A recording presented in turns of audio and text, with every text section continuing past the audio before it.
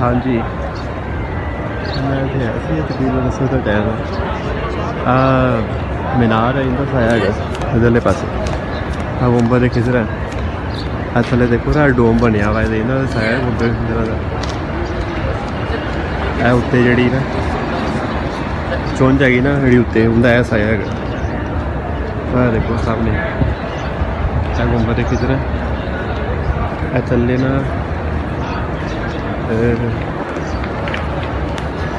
اتوں کا گول سایا شروع ہو رہا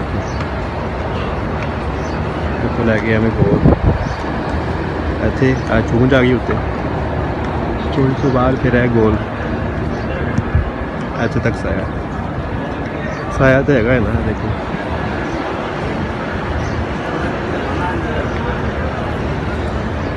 وہ تھوڑا جہا سایا نظر آ رہا باقی جہاں ہے دیواروں کا سایا ہے دیواروں میں جہاں بنیا ہوا نا وہ نشان جہ بنے نے انہوں کا سایا چل رہا ہے گنبد خضرا کا سایا اور پھر دیوار شروع ہو جاتی ہے رات والی صاف نظر آ رہا ہے سایا سیدنا صدیق اکبر نے بھی یہی وصیت کی تھی کہ میرا جنازہ پڑھ کے پھر حضور کے سامنے لے جانا اور سلام عرض کرنا، اجازت مل جائے تو قدموں میں دفن کر دینا ورنہ جنت البقیع میں۔ تو حضرت علی المرتضیٰ اور حضرت انس روایت کرتے ہیں کہ ایسا ہی ہوا کہ ہم نے جنازہ اٹھایا، پڑھا اور پھر حضور کے مواجہ انور کے سامنے رکھ دیا۔ اے اللہ کے پیارے محبوب صلی اللہ علیہ وسلم، یہ ابو بکر ہیں، آپ سے اجازت طلب کرتے ہیں، آپ کی قربت میں دفن ہونے کا شوق ہے، ہمیں کیا حکم ہے؟ تو اس وقت حجرہ عائشہ تھا، یہ گنبد خضرا نہیں بنا ہوا تھا، صرف حجرہ تھا اور اس کو تالا لگا تھا، چابی حضرت عائشہ کے پاس ہوا کرتی تھی رضی اللہ تعالی عنہ۔ تو پھر کیا ہوا کہ وہ تالا خود بخود کھلا، پھر کنڈی بھی خود بخود کھلی، اور پھر جو دروازہ تھا وہ خود بخود کھلا، اور اندر سے آواز آئی اوصل الحبیب الی الحبیب لان الحبیب الی الحبیب مشتاق، یار کو یار سے ملا دو، یار تو پہلے یار کا انتظار کر رہا ہے۔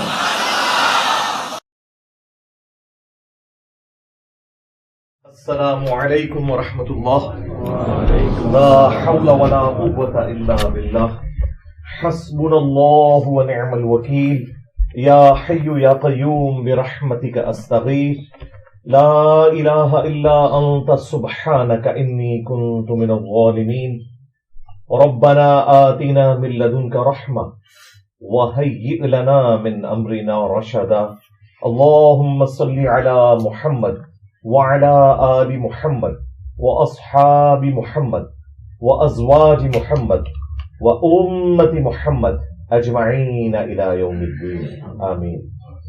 الحمد لله رب العالمين والصلاة والسلام على سيد الأنبياء والمرسلين وعلى آله وأصحابه أجمعين إلى يوم الدين۔ الحمدللہ آج 17 دسمبر 2023 کو سنڈے کے دن ہمارا یہ پبلک سیشن نمبر 125 ہوگا۔ آپ کے یہ سوالات ریئل ٹائم پرچیوں کی شکل میں میرے پاس آ چکے ہیں، انشاءاللہ ہم انہیں بعد میں ڈسکس کریں گے۔ پہلے کرنٹ افیئر کے طور پر ایک ایشو ڈسکس کر لیں۔ آج کل مولانا طارق جمیل حافظہ اللہ تعالی کے جو بیٹے حالیہ کچھ عرصہ پہلے فوت ہوئے، ان کے حوالے سے کافی ساری چیزیں مارکیٹ میں چل رہی ہیں، اس کے اوپر میں نے ایک تفصیلی ویڈیو ریکارڈ کروائی تھی۔ اس کے بعد بھی چند ایک چیزوں کا سلسلہ جاری ہے۔ ان میں سے ایک ویڈیو جو کافی وائرل ہوئی وہ ان کے بیٹے کی قبر سے متعلق تھی، جو بظاہر نظر آ رہا ہے کہ اس کو سیمنٹڈ بنایا ہے، انہوں نے پکا کیا ہے قبر کو۔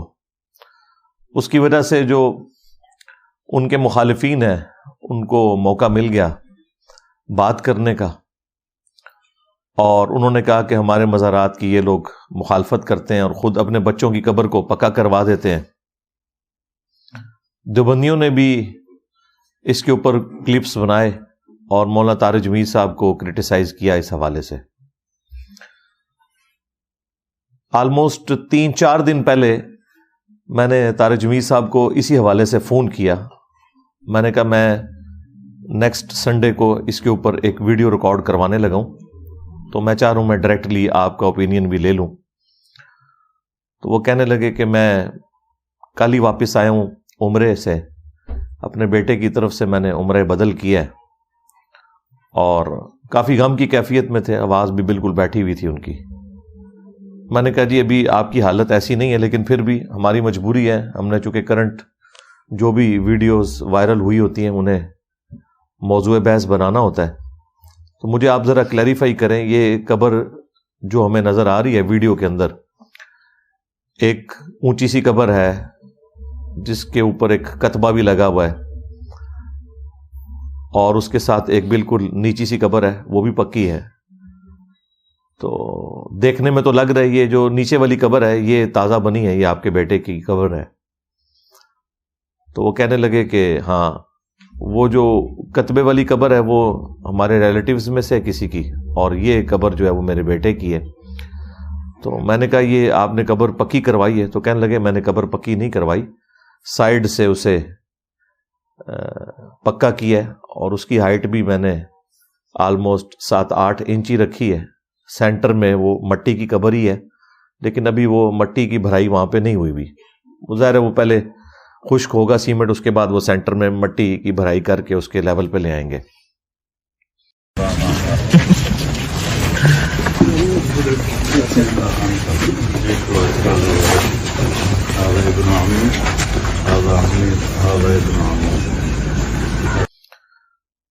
تو وہ کہہ رہے تھے کہ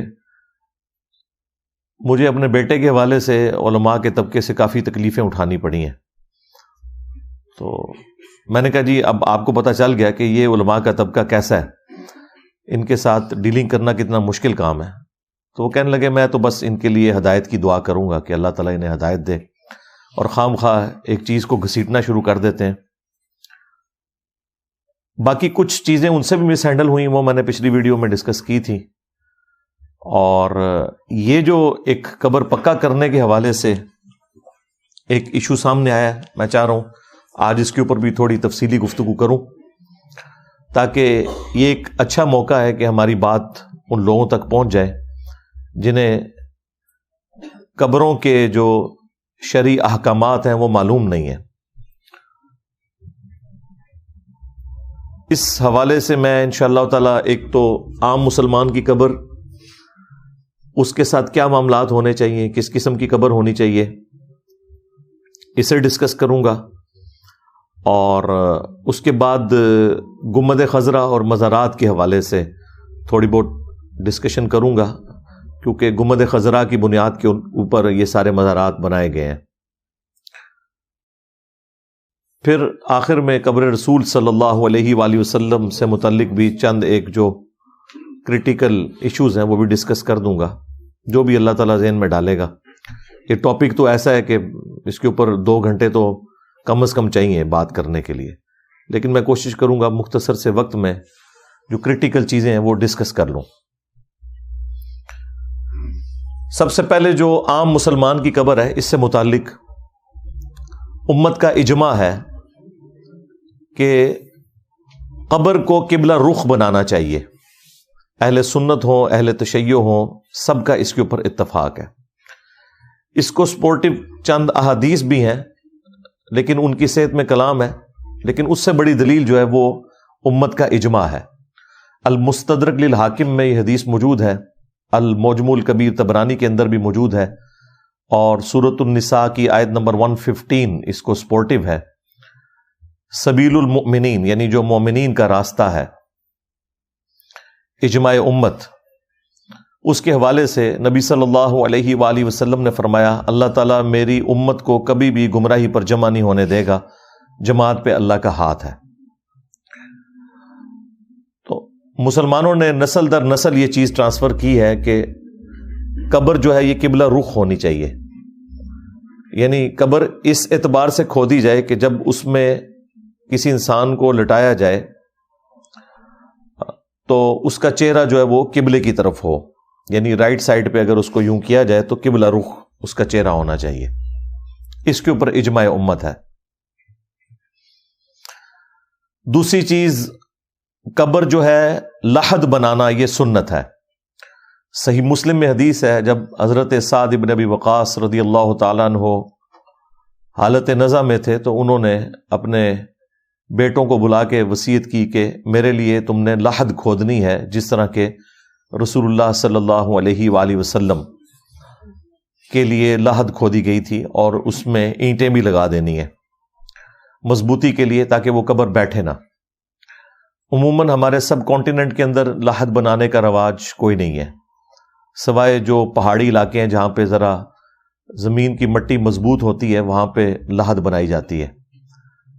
لحد جو ہے وہ اس طرح بنتی ہے کہ ایک بالکل ڈبہ نما قبر بنانے کے بعد جو عموماً ہماری قبریں بنتی ہیں، قبلہ رخ کی جانب تھوڑا سا آپ سمجھ لیں اس میں ایک ونڈو بنائی جاتی ہے یا ایک چھوٹا سا غار کھود لیا جاتا ہے، اور وہ غار اتنا ہوتا ہے کہ وہ آپ لاش کو اس طرف آگے ٹرانسفر کرتے ہیں. یعنی جو مین قبر ہے اس میں لاش نہیں ہوگی، بلکہ جو قبلے والی سائڈ ہے اس میں ہلکی سی ایک غار کھود کے وہ لاش کو آگے کھسکا دیتے ہیں. اسے کہتے ہیں کروٹ والی قبر یا بغلی قبر یا لحد. اس کے بعد پھر اس کے اوپر ٹیڑھی کر کے یوں سلیں رکھ دی جاتی ہیں. اس کا فائدہ یہ بھی ہوتا ہے کہ کوئی درندہ وغیرہ بھی اگر قبر کو کھودنے کی کوشش کرے تو اس لاش کی حفاظت کافی حد تک رہتی ہے. ویسے کوئی سیدھی قبر بھی بنا لے تو وہ بھی جائز ہے، اصل چیز جو ہے وہ دفنانا ہے مردے کو. اسی کے اوپر تمام جو آسمانی مذاہب ہیں ان کا اتفاق ہے. ایون ہندوؤں کے اندر بھی قبریں بنانے کا رواج تھا. ہمارے جہلم کے قبرستان کے اندر بھی جنہوں نے زمین وقف کی تھی قبرستان کے لیے وہ دونوں بھائی ہندو تھے، ان کی قبریں ابھی بھی موجود ہیں. لیکن یہ ذرا سستا کام ہے جلانے والا، آج کل تو بہت زیادہ سستا ہو چکا ہے. پہلے زمانے میں لکڑی ذرا بے دریغ استعمال ہوتی تھی، لیکن آج کل لکڑی کے ذریعے لاش کو جلانا یہ ایک کافی مہنگا کام ہے. اس لیے باہر کے ملکوں کے اندر بھی باقاعدہ وہ ایسی جگہ بنی ہوئی ہیں جہاں پہ آپ لاش لے جائیں تو وہ آپ کو پھر راکھ دے دیتے ہیں بجلی کے ذریعے، یعنی الیکٹریسٹی کے ذریعے اس کو ہیٹ دے کے تو وہ لاش کو جلا دیتے ہیں. بہرحال آسمانی مذہب کے جتنے بھی ماننے والے ہیں، جیوز ہوں، کرسچنز ہوں، مسلمز ہوں، وہ قبر کے اندر اپنے مردوں کو دفناتے ہیں. تو لحد بنانا یہ سنت مبارکہ ہے. اس کے بعد صحیح مسلم میں یہ حدیث موجود ہے کہ نبی صلی اللہ علیہ وآلہ وسلم کو جب قبر میں دفنایا گیا تو آپ صلی اللہ علیہ وآلہ وسلم کے نیچے سرخ رنگ کی ایک چادر بچھائی گئی تھی تاکہ مٹی جو ہے وہ جسم عطر کو نہ لگے. تو یہ عام بندوں کے لیے بھی سنت ہے کہ کوئی نیچے چٹائی یا کوئی کپڑا ایسا بچھا لیا جائے تاکہ مٹی جو ہے وہ ڈائریکٹلی کفن کے ساتھ اٹیچ نہ ہو. یہ ایک پروٹوکول دینے والی بات ہے. باقی جو عموماً ہمارے معاشرے کے اندر قبر کے اندر عہد نامہ رکھ دیتے ہیں، کفن کے اوپر وہ کفنی لکھ دیتے ہیں، کلمہ لکھتے ہیں اور پتہ نہیں کیا کچھ کرتے ہیں، اس کا کوئی دین سے لینا دینا نہیں ہے. یہ لوگوں نے خود سے ہی چیزیں بنا لی ہوئی ہیں. صرف سنت یہی ہے کہ قبر کے اندر کوئی چادر یا کوئی کپڑا بچھا دیا جائے تاکہ جو میت ہے اس کا کفن جو ہے وہ گرد آلود نہ ہو، یعنی اس وقت نہ ہو. ظاہر بعد میں تو ایک معاملہ علیحدہ ہے نا. تو یہ بھی ایک سنت ہے اس حوالے سے. پھر قبر میں سلیں رکھ کے جب اس کے اوپر مٹی ڈالی جاتی ہے تو اس میں بھی ابو داؤد کے اندر، ترمذی کے اندر حدیث موجود ہے، جب آپ اس میں مٹی ڈالیں گے تو اس وقت دعا پڑھیں گے بسم اللہ و باللہ وعلی ملت رسول اللہ صلی اللہ علیہ وآلہ وسلم. ان کلمات کے ساتھ آپ مٹی اس کے اوپر ڈالیں گے. اور سنن ابی داؤد کے اندر حدیث موجود ہے کہ نبی صلی اللہ علیہ وآلہ وسلم نے جب اپنے ایک صحابی عثمان بن مظعون کو دفنایا تو آپ نے صحابہ کو حکم دیا کہ ایک پتھر کی طرف اشارہ کر کے کہ وہ بڑا پتھر لے کر آؤ تاکہ میں اس کے سرہانے پہ وہ پتھر نشانی کے طور پہ رکھوں کہ یہ عثمان بن مظعون کی قبر ہے. وہ صحابی جب اٹھانے کے لیے گئے تو ان سے وہ پتھر اٹھایا نہیں گیا، وہ کافی بڑا پتھر تھا۔ پھر نبی صلی اللہ علیہ وآلہ وسلم خود تشریف لے گئے اور آپ نے اپنی آستینیں اوپر کر کے اپنے مبارک ہاتھوں سے وہ بڑا پتھر اٹھایا اور اس کو عثمان بن مظعون کی قبر کے سرہانے پر لگایا اور فرمایا اس سے میں اپنی بھائی کی قبر کو پہچانوں گا اور میں بھی اپنے قریبی رشتہ داروں کو اس کے قریب دفن کروں گا۔ اس سے یہ ثابت ہوا کہ قبر کے اوپر نشانی رکھنا پہچان کے لیے یہ بھی سنت مبارکہ ہے۔ البتہ قبر کے اوپر کوئی کتبہ لکھ کے لگانا اس کی ممانعت ہے۔ جامعہ ترمذی کے اندر حدیث موجود ہے، نبی صلی اللہ علیہ وآلہ وسلم نے قبر کے اوپر کتبہ لگانے سے منع کیا ہے۔ یہاں پہ تو جو قبر کے اوپر کتبے لگے ہوتے ہیں اس کے اوپر کیا کچھ لکھا ہوتا ہے، بڑے بڑے القابات لکھے ہوتے ہیں، دنیاوی جو پوسٹیں ہیں نا وہ بھی اس کے اوپر لکھی ہوئی ہوتی ہیں، اور اللہ تعالیٰ کے حضور اس کو پیش کرتے وقت ان عہدوں کا کیا لینا دینا، وہ تو اپنے اعمال اپنے ساتھ لے گیا۔ پھر آیت الکرسی لکھی ہوتی ہے اور پیارے ابو جان اور پیاری امی جان اور پتہ نہیں کیا کچھ لکھا ہوتا ہے، بسم اللہ شریف، قرآن پاک کی آیات۔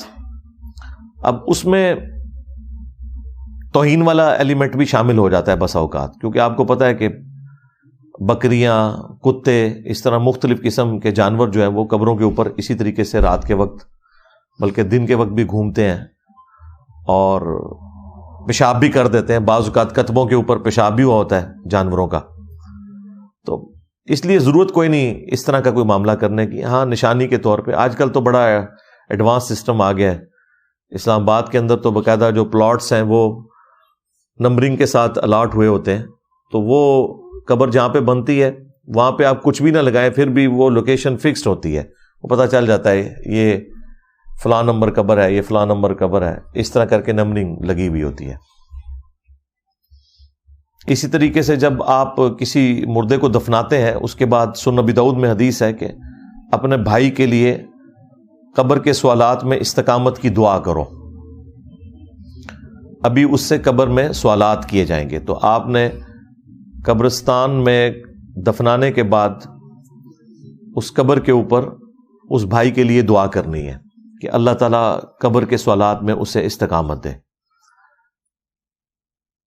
صحیح مسلم کے اندر ایک حدیث موجود ہے، جب حضرت عمرو بن عاص رضی اللہ تعالیٰ عنہ کی موت کا وقت قریب آیا تو کافی لمبی حدیث ہے، اس کے اینڈ پہ آتا ہے کہ انہوں نے فرمایا کہ جب مجھے دفنا چکو تو اتنی دیر میری قبر کے سرہانے بیٹھے رہنا جتنی دیر ایک اونٹ کو نحر کر کے اس کا گوشت تقسیم کیا جاتا ہے، آلموسٹ یعنی کہ 2 گھنٹے، تاکہ میں اپنی قبر سے مانوس ہوں اور میں اللہ تعالیٰ کے آئے ہوئے فرشتوں کو سوالات کے جوابات دوں۔ یعنی قبر پر مسلمان کے بیٹھ کر اپنے اس بھائی کے لیے دعا کرنے کی برکت یہ ہے کہ اللہ تعالیٰ اسے قبر کے سوالات میں آسانی دے گا، تو یہ بھی اس حوالے سے سنت ہے۔ پھر قبر کو پکا کرنے سے نبی صلی اللہ علیہ وآلہ وسلم نے منع فرمایا۔ جہاں سے آج بات سٹارٹ ہوئی تھی وہ صحیح مسلم میں حدیث ہے کہ نبی صلی اللہ علیہ وآلہ وسلم نے قبر کو پکا کرنے سے اور قبروں پر عمارت بنانے سے اور قبروں پر بیٹھنے سے، خواہ مجاور بن کے بیٹھنا ہو یا ڈائریکٹلی اس کے اوپر بیٹھنا ہو، ان 3 کاموں سے منع فرمایا۔ یہ حدیث جامعہ ترمذی میں ہے، اس میں ایک چوتھے کام کا بھی ذکر ہے اور وہ ہے کتبہ لگانے کی بھی ممانعت فرمائی آپ صلی اللہ علیہ وآلہ وسلم نے۔ قبر کے اوپر ڈائریکٹلی بیٹھنا بھی منع ہے، اس کے اوپر پاؤں رکھنا بھی منع ہے، حتیٰ کہ صحیح مسلم میں حدیث ہے کہ کوئی شخص قبر پہ بیٹھے اس سے بہتر ہے کہ وہ آگ کے انگاروں پر بیٹھے جو اس کے کپڑوں اور کھال کو بھی جلا دیں، یعنی اس کی تکلیف جو ہے نا وہ کم ہے اور قبر پہ بیٹھنے کا عذاب زیادہ ہے۔ اسی طریقے سے نبی صلی اللہ علیہ وآلہ وسلم نے قبر کی رخ نماز پڑھنے سے بھی منع فرمایا ہے۔ صحیح مسلم کے اندر حدیث موجود ہے، نہ تو قبروں پر بیٹھو نہ ان کے رخ نماز پڑھو، یعنی سامنے قبر نہیں ہونی چاہیے۔ اور ظاہر ہے کہ اس نماز سے مراد جو ہے وہ عام نماز پڑھنا ہے.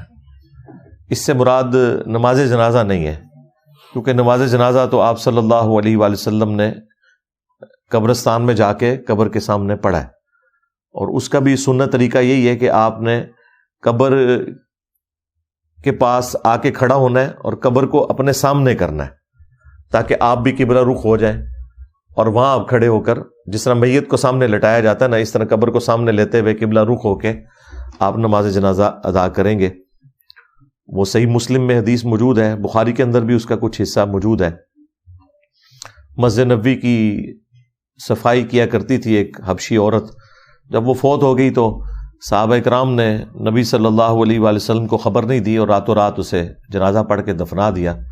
چند دن بعد جب آپ صلی اللہ علیہ وآلہ وسلم نے پوچھا تو انہوں نے کہا کہ وہ اس طرح فوت ہو گئی تھی تو ہم نے اس کو دفنا دیا. تو آپ صلی اللہ علیہ وآلہ وسلم نے فرمایا تم نے مجھے کیوں نہیں بتایا؟ پھر آپ نے کہا کہ مجھے اس کی قبر پہ لے جاؤ. پھر آپ صلی اللہ علیہ وآلہ وسلم اس کی قبر پہ گئے اور جا کے نماز جنازہ پڑھی، اور واپسی پہ پلٹتے ہوئے آپ نے فرمایا کہ یہ قبریں اندھیروں میں ڈوبی ہوئی تھیں، اللہ تعالیٰ نے میرے جنازہ پڑھنے کی برکت سے ان قبروں کو نور سے بھر دیا. اب یہ نبی صلی اللہ علیہ وآلہ وسلم کی دعا کی برکت تھی، اور اس میں ایک عبرت یہ بھی ہے کہ وہ مسلمانوں کی قبریں تھیں، صحابہ کرام کی قبریں تھیں. یہاں پہ تو لوگ کہتے ہیں کہ جی ہم کسی بزرگ کے ساتھ بھی اٹیچ ہو جائیں تو ہمارا بیڑا پار ہے. تو وہ بھی تو اٹیچ تھے سب سے بڑے بزرگ کے ساتھ، لیکن ہر شخص نے اپنے اعمال کے مطابق معاملات کو لے کے چلنا ہے، اللہ کے حضور پیشی ہونی ہے. بخاری مسلم میں حدیث ہے کہ آپ صلی اللہ علیہ وآلہ وسلم کا ایک صحابی تھا مدعم، وہ سفر و حضر میں آپ کی سواری کا کجاوا کسا کرتا تھا. خیبر کے موقع پر ایک نامعلوم تیر اسے لگا اور وہ شہید ہو گیا، اور صحابہ نے کہا کہ اسے شہادت مبارک ہو. ظاہر بالکل ٹھیک ہے،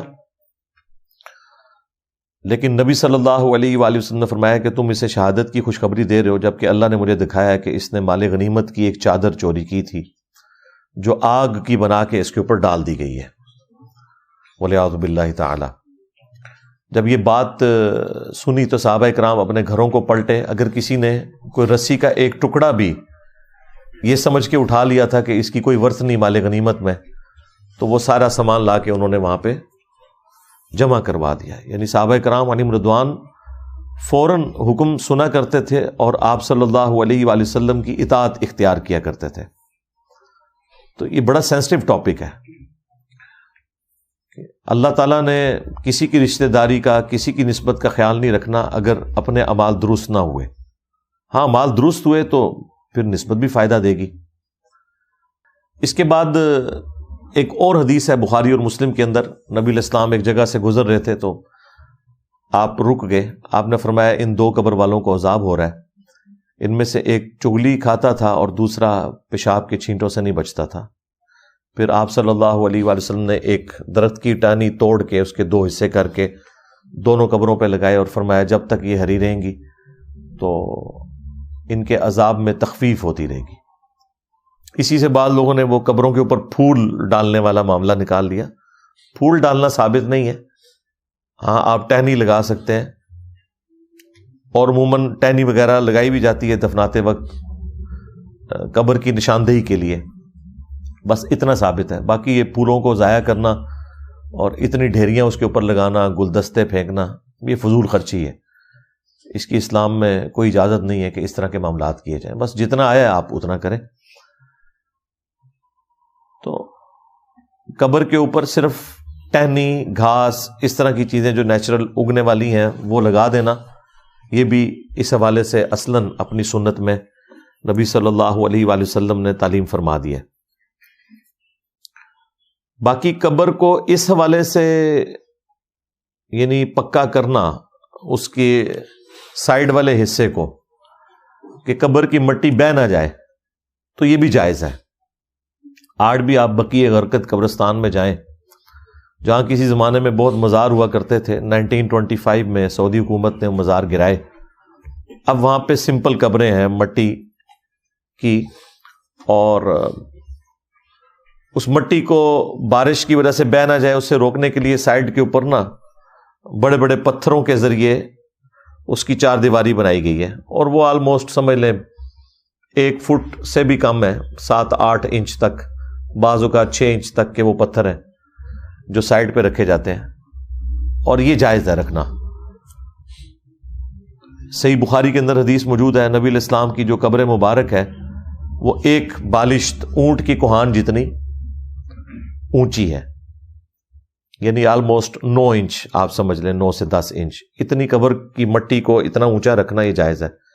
اور ابو داؤد کے اندر حدیث موجود ہے کہ نبی علیہ السلام کی جو قبر مبارک اور حضرت ابو بکر اور عمر رضی اللہ عنہما کی جو قبریں ہیں ان کے اوپر چھوٹے چھوٹے سنگریزے یعنی پتھر رکھے گئے تھے، یعنی وہ مٹی کو نیچے بہنے سے روکنے کے لیے۔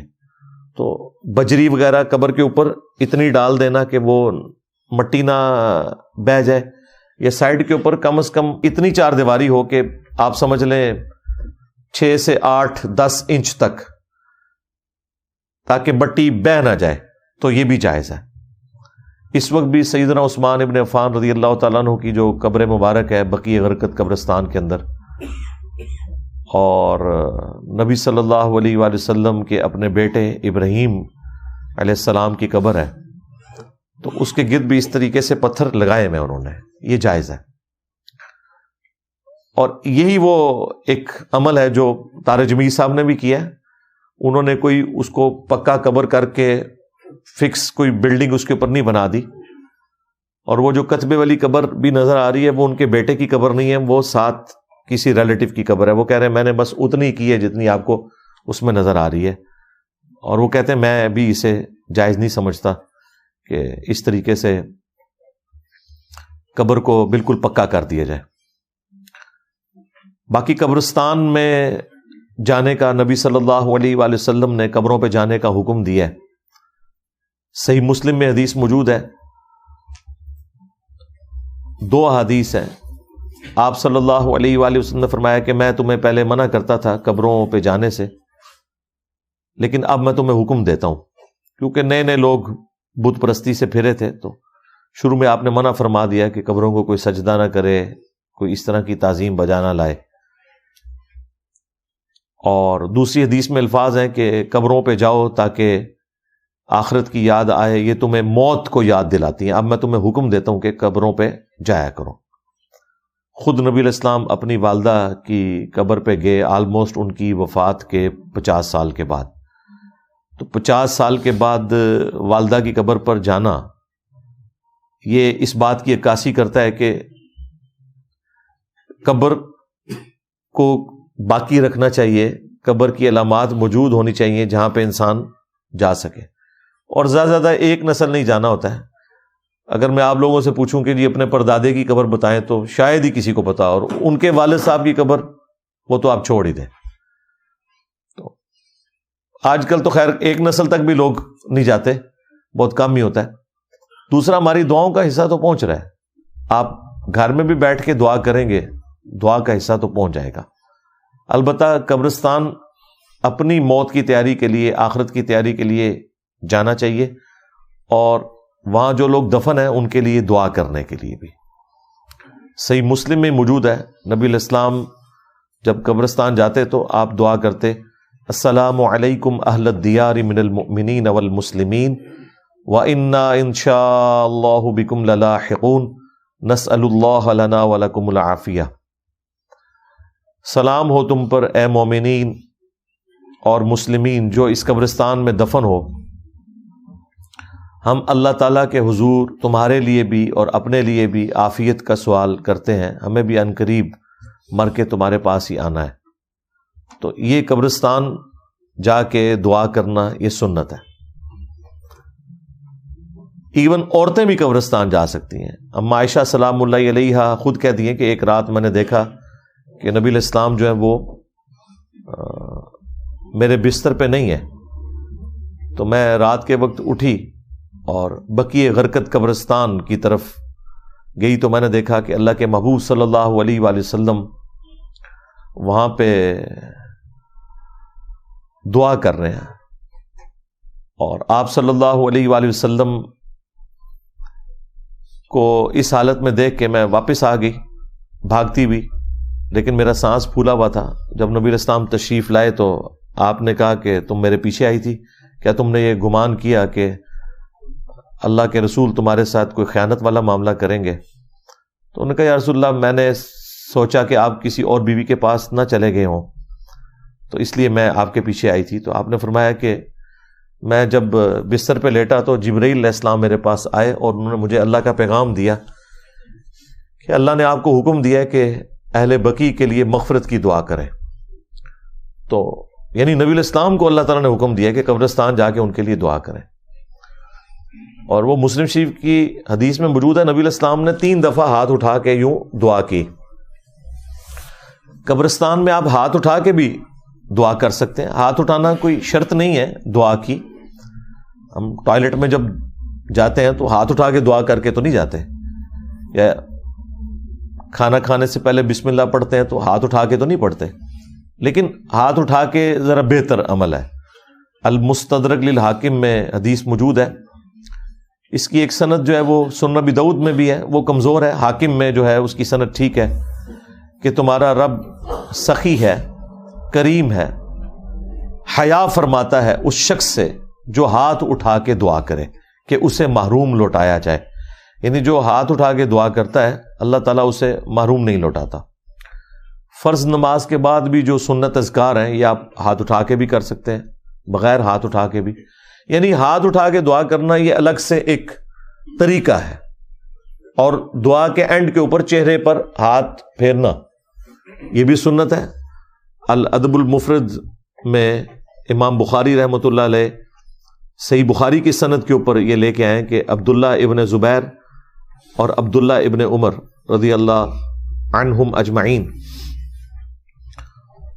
یہ دونوں دعا کرنے کے بعد اپنے چہرے کے اوپر ہاتھ پھیرا کرتے تھے۔ اور اس سے بڑھ کر یہ ہے کہ اجماع امت ہے، یہ چند ایک عرب علماء نے اس کو خام خواہ بدعت کہنا شروع کر دیا، یہ سنت ہے، اجماع امت ہے، اس پہ کسی کا اختلاف نہیں ہے۔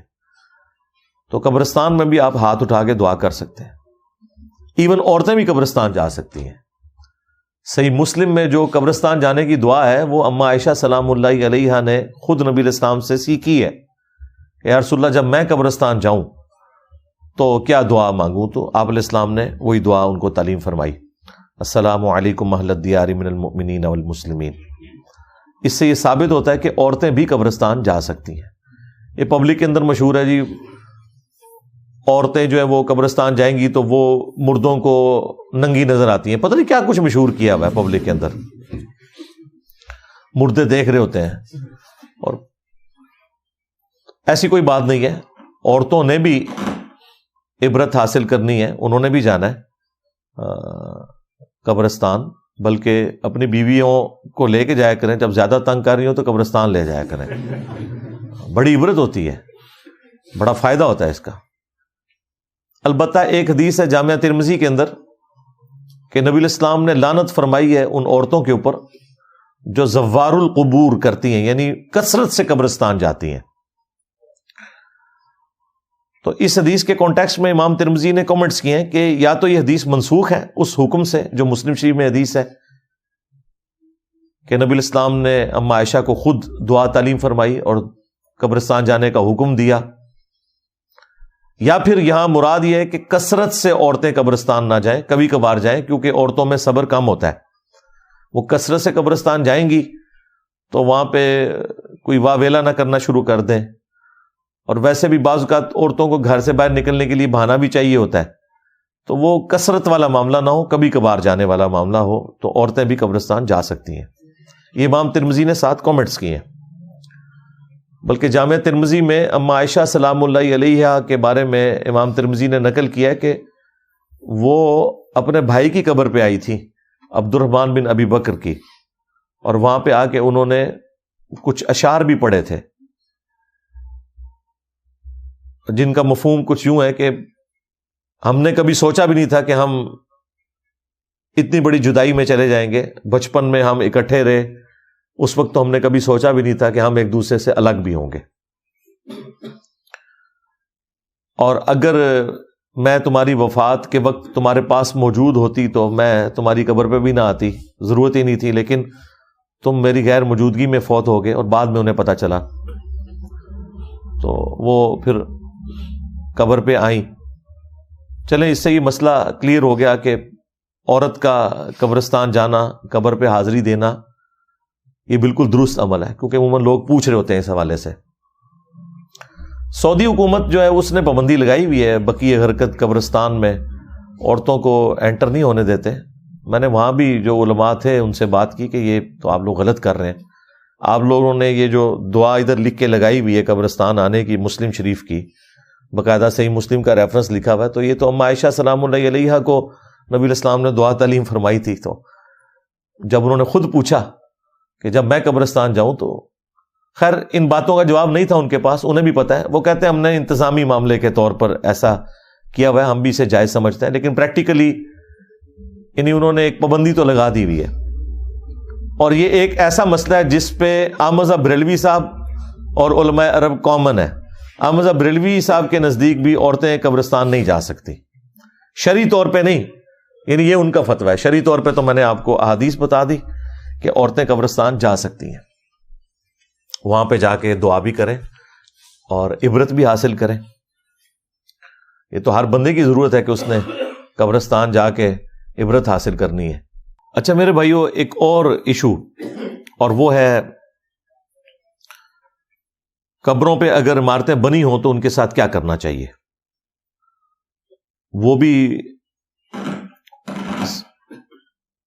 صحیح مسلم کی جو حدیث ہے کہ نبی علیہ السلام نے قبروں پر عمارتیں بنانے سے منع کیا، قبروں کو پکا کرنے سے منع کیا اور ان پہ بیٹھنے سے منع کیا، تو مسلم شریف کے اندر ہی امام مسلم ایک حدیث لے کے آئے ہیں فضالہ بن عبید رضی اللہ تعالی عنہ سے کہ جب وہ رومن امپائر کے خلاف ایک جنگ میں جا رہے تھے تو روڈس نام کی ایک جگہ ہے جو آج بھی موجود ہے، وہاں پر ان کا ایک ساتھی فوت ہو گیا، تو انہوں نے اس کو جب دفنایا تو اس کی قبر زمین کے برابر بنائی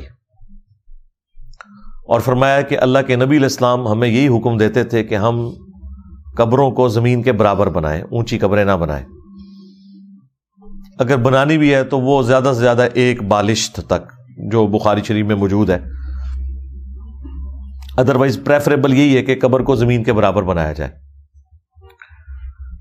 اب یہ حدیث بالکل واضح ثبوت ہے کہ وہ کافر کی قبر نہیں تھی، ایٹ لیسٹ کسی تابعی کی قبر ہوگی یا کسی صحابی کی قبر بھی ہو سکتی ہے، چونکہ ان کے لشکر کے امیر تو فضالہ ابن عبید صحابی ہیں مشہور رضی اللہ تعالیٰ عنہ۔ کیونکہ مفتی احمد یار خان نعیمی صاحب نے مشکات کی شرح میں جب قبروں والی حدیثیں آتی ہیں نا تو ان کو تو پریشانی لگ جاتی ہے، تو انہوں نے صفوں کے صفحے کالے کیے ہوئے ہیں کہ کہیں یہ حدیثیں پڑھ کے کسی کو ہدایت ہی نہ مل جائے، اور اس میں وہ کہتے ہیں یہ جو حدیثیں ہیں یہ تو کافروں کی قبروں کے بارے میں، حالانکہ اندازہ کریں کہ یہ واضح موجود تھا کہ یہ مسلمان کی قبر تھی۔ امام مسلم نے بڑی سمجھداری کے ساتھ پہلے یہ حدیث لکھی ہے، اس کے بعد پھر اگلی حدیث لے کے آئے کہ مولا علی رضی اللہ تعالیٰ عنہ نے اپنے دور خلافت میں ابو حیاج اسدی کو کہا کہ میں تمہیں اسی کام پر مامور نہ کروں جو ڈیوٹی خود رسول اللہ نے میری لگائی تھی صلی اللہ علیہ وآلہ وسلم، کہ میں کوئی بھی تصویر دیکھوں، کوئی مورتی دیکھوں تو اسے مٹا دوں، اور کوئی اونچی قبر دیکھوں تو اسے زمین کے برابر کر دوں۔